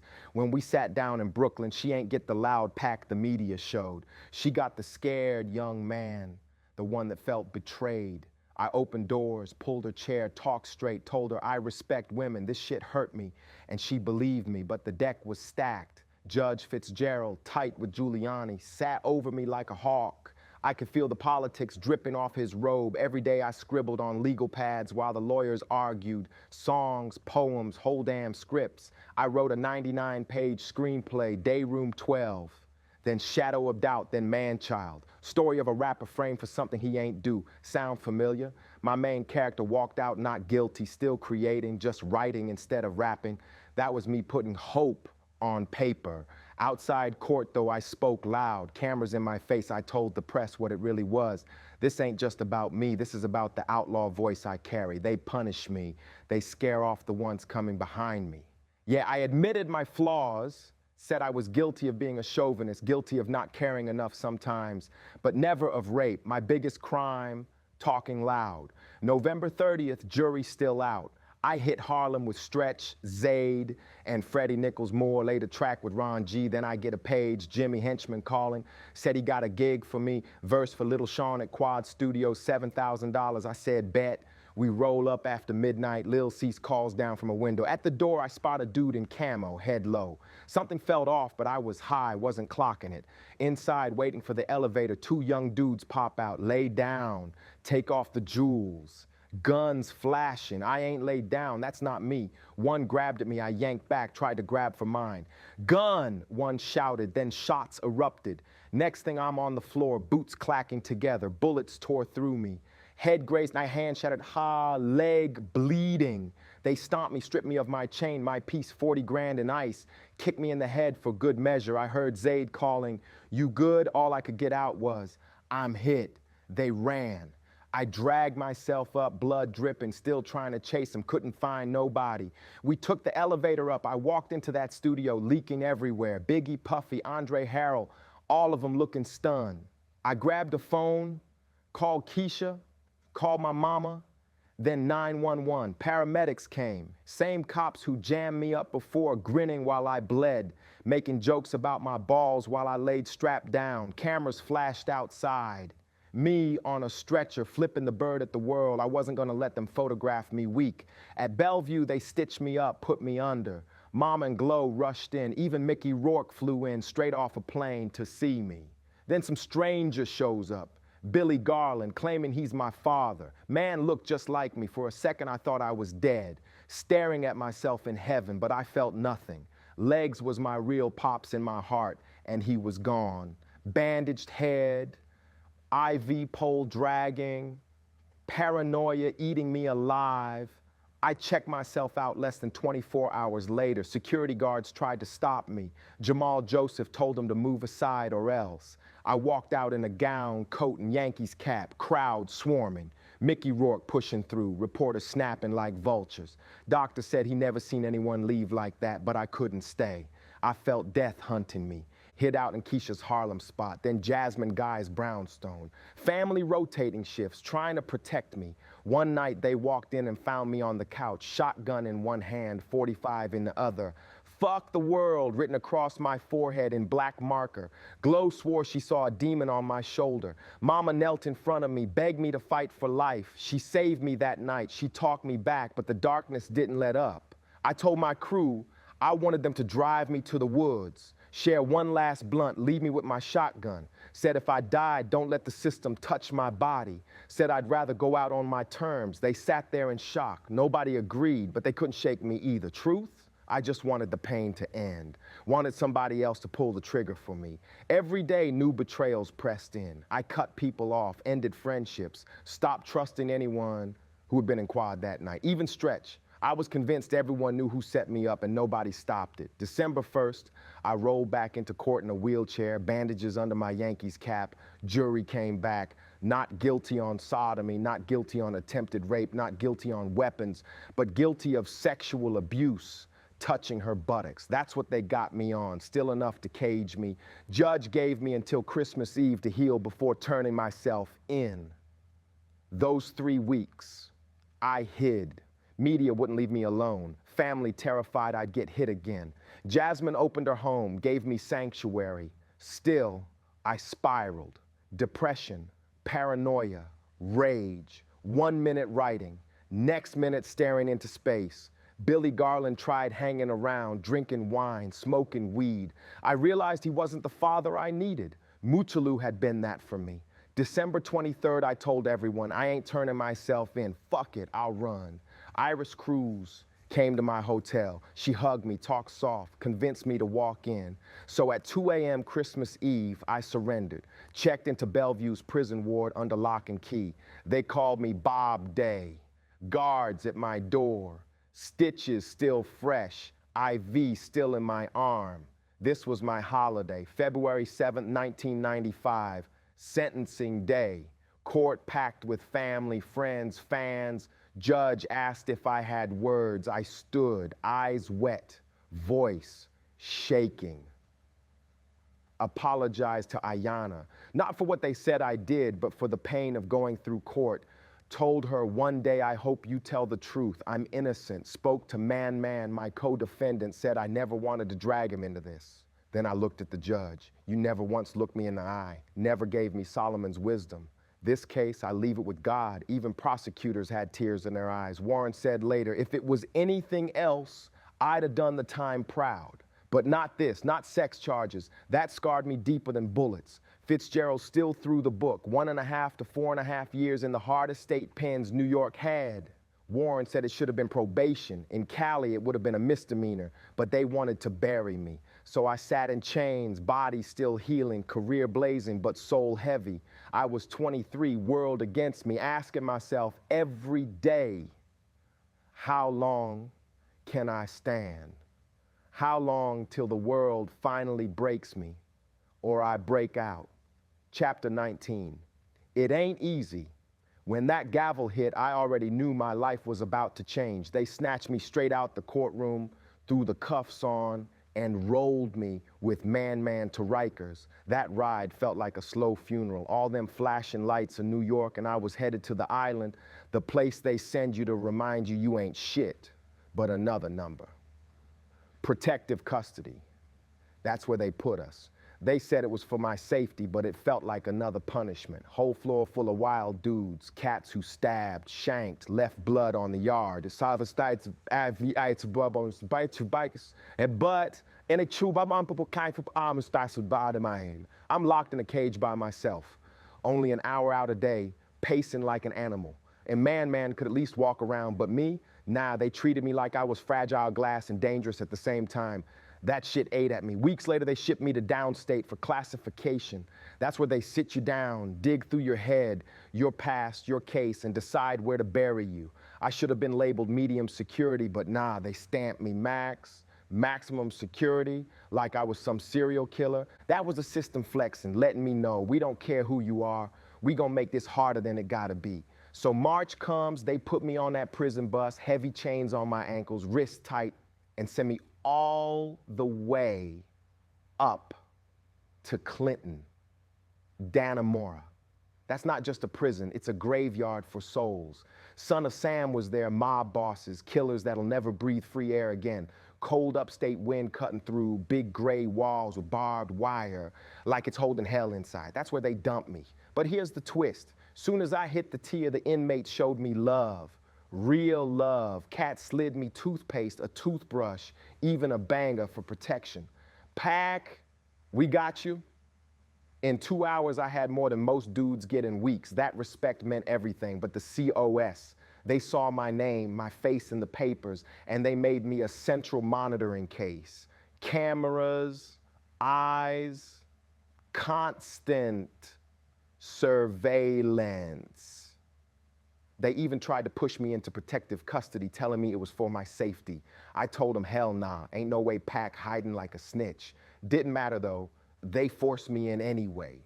Meanwhile, on the outside, my people were moving mountains. Tom Wally, Steve Berman, Interscope, they plotting how to drop me against the world while I'm locked in a cage. No videos, no TV spots, no interviews.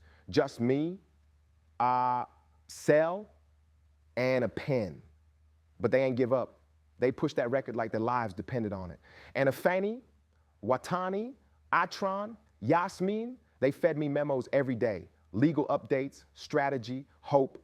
Told me once the appeal hit and the bail was raised, I'd walk out.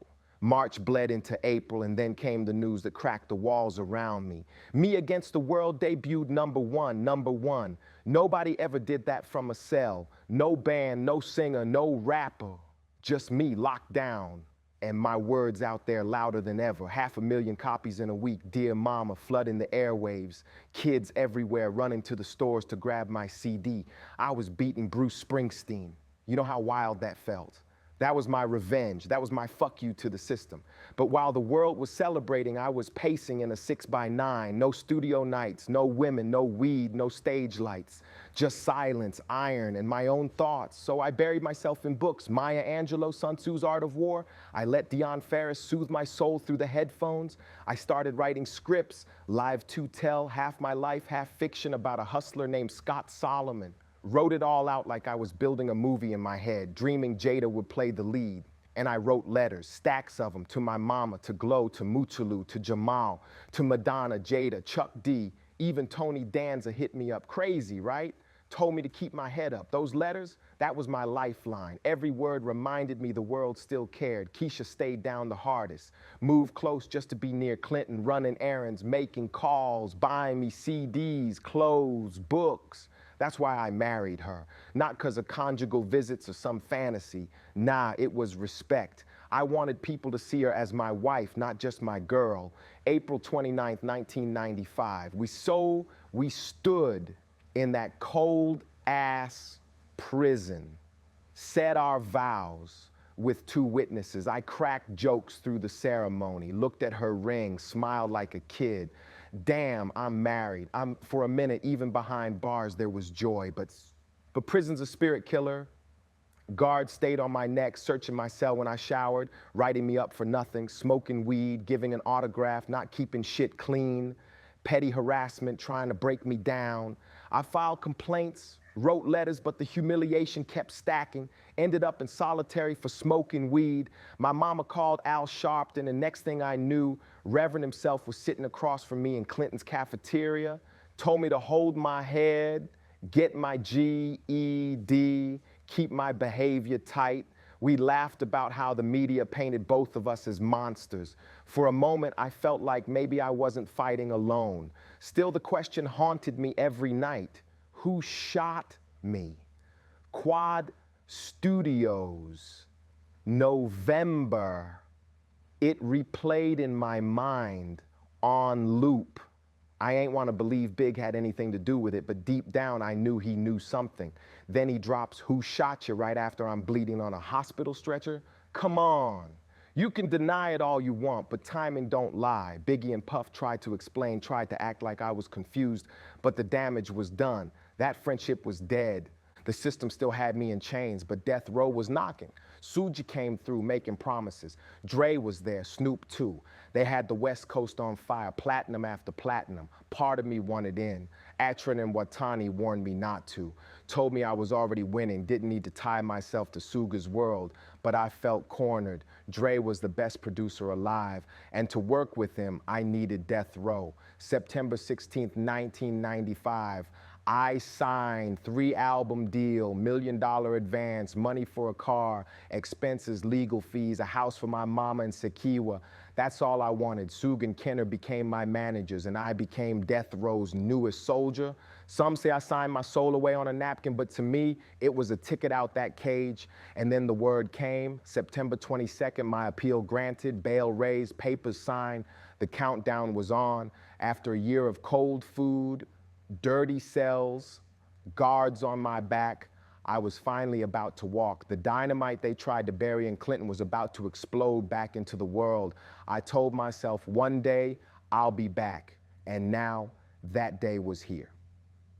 Part 5, Chapter 20, California. Love. Out on bail, fresh out of jail, I felt the cold air hit my face like freedom itself. October 12th, 1995, gates of Clinton Correctional slid open, and there I was, back on the streets. After damn near a year inside hell, I was breathing real air again. Syke and Yas waiting outside in a stretch limo, white like a wedding day. Champagne, Alizé, blunts already rolled. First sip burned, first puff hit my chest, and I swear it felt like the whole world cracked open again. I was free, didn't waste no time. We celebrated heavy at some little ass motel. Booze spilling, smoke clouding the ceiling, everybody laughing. My body wasn't even used to it no more, but I ain't care, 1 year gone. and I was catching up in one night. From there, limo took us to a tiny-ass airport where Sugi had a private jet waiting, straight death row style.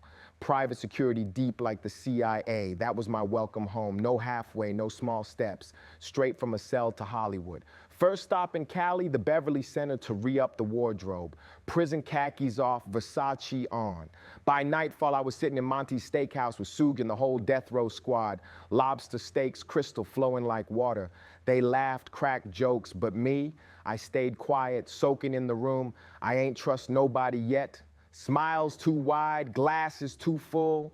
I was out, but I wasn't comfortable. After dinner, straight to Can-Am Studios. That's where the real party was. Weed thick in the air, beats bouncing off the walls. I picked up the mic, started spitting, but the liquor, smoke, jet lag, all of it hit me at once. My knees gave out mid-verse. Suge caught me before I hit the floor. Whole room froze like I was about to die right there. I shook it off, laughed, went back to the hotel to recharge.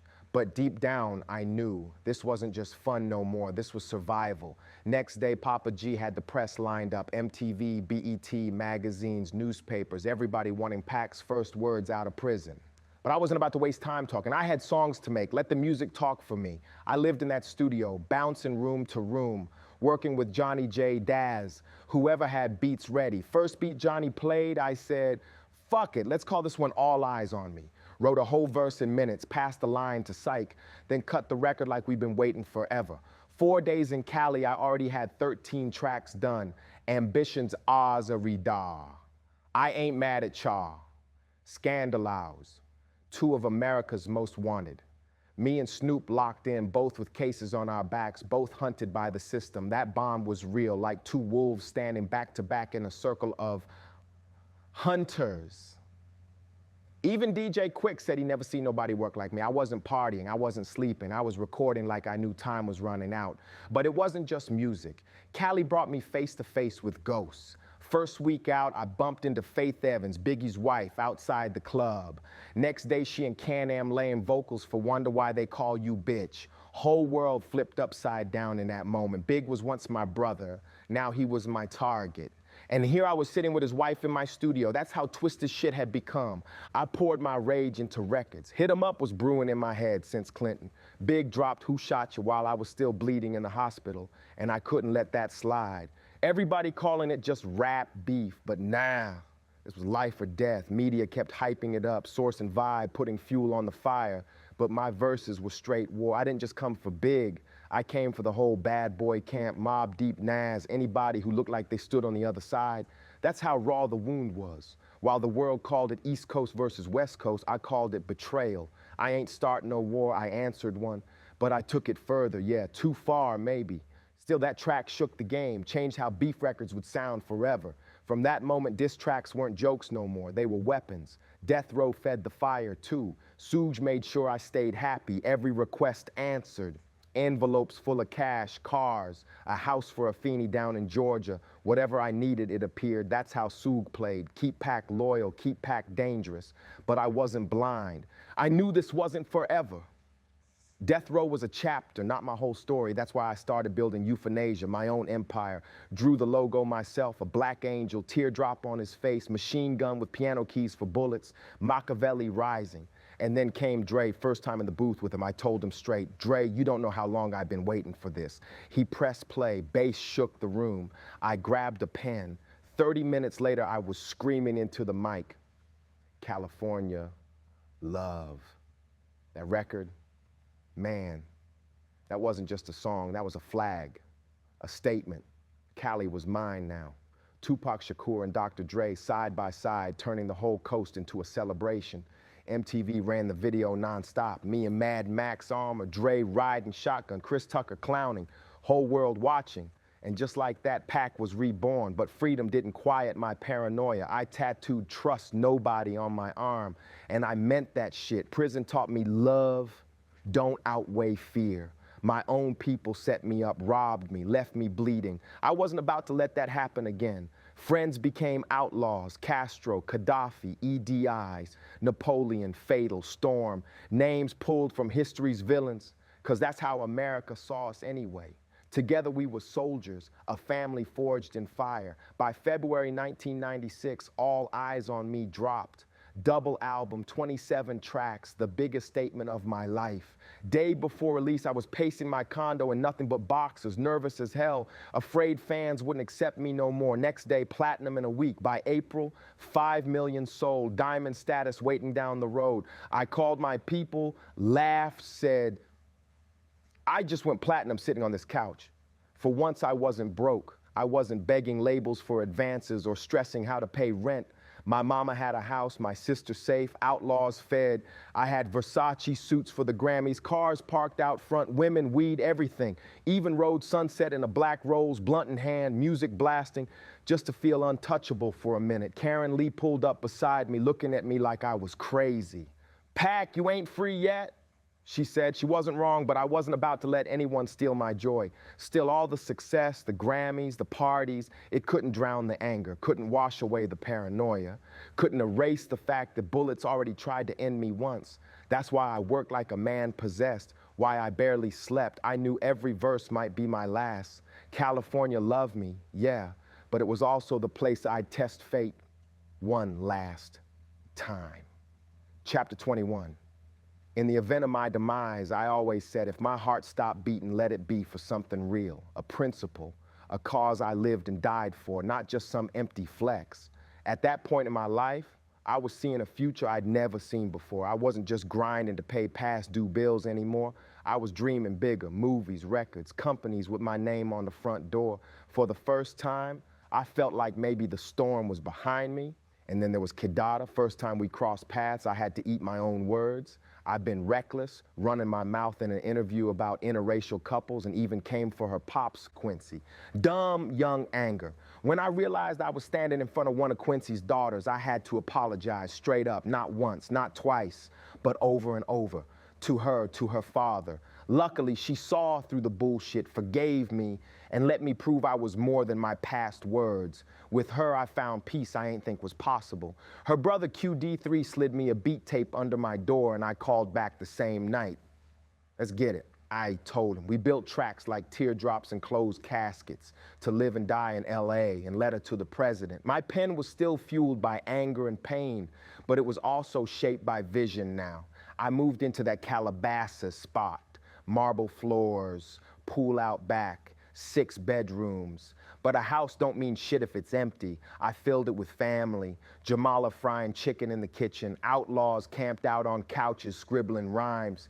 Kids running around leaving juice stains on white carpet. I loved it. Laughter, noise, voices greeting me when I walked in. That was home.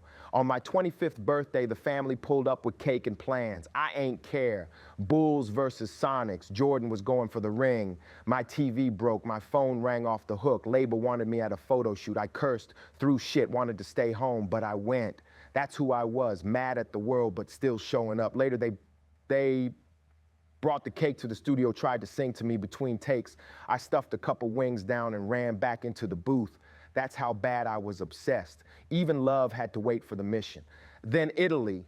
Versace invited me to walk his runway in Milan. Imagine that, a black rapper from Baltimore School of the Arts on a high fashion catwalk in Europe. I killed it. Me and Kidada hit the clubs, lived like royalty, fashion, rap, film. I was making inroads everywhere, but I still knew my responsibility. I started planning One Nation, East and West Coast artists together on one album. I wanted to end that media-built war. Called up Greg Nice, Buckshot, Easy Mo B, Raekwon, Outkast, Bone. My crib turned into a damn hotel for artists. I told MTV, it's just 2 rappers beefing, not whole coasts. But the headlines never printed peace, didn't matter. I was gonna make it happen anyway. I was on a roll. New albums, gang related with Jim Belushi, $1 million checks, euthanasia in motion. 24/7 production company rolling, scripts on the table, live to-tell, man-child, even a Nat Turner film. Restaurants, clothing lines with Kidada, a youth softball league, cookbooks for charity, cartoons, radio shows. I was playing chess with the whole culture, not just dropping bars, but even while I was building, I craved normal shit. News always on in the background, nights on the black leather couch watching BET, kids crawling over me, me joking like, y'all better get a job to pay for these carpet stains. I wanted that noise. I wanted family. Then New York. MTV Awards, 1996, tension thick, front row mouths, talking slick. Outside, me and Nas stood face to face, crews behind us ready to spark it off, but respect cut through. We chopped it up like men. I admitted I dissed him on records, told him I pulled the tracks. He said we were brothers and he was right. That night walking through Manhattan, I handed out hundreds to the homeless, felt New York love again.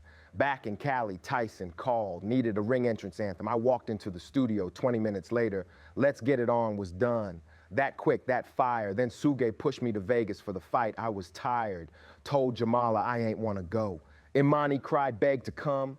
I promised her a cheeseburger instead. I didn't know I was promising her my last words. Vegas, September 7th. Tyson wins in 109 seconds. My song blasts through the arena. I hug Mike, laugh in front of cameras, proud of my brother. Then Trey points out Orlando Anderson, the Crip who snatched his chain. Rage took over. I rushed him.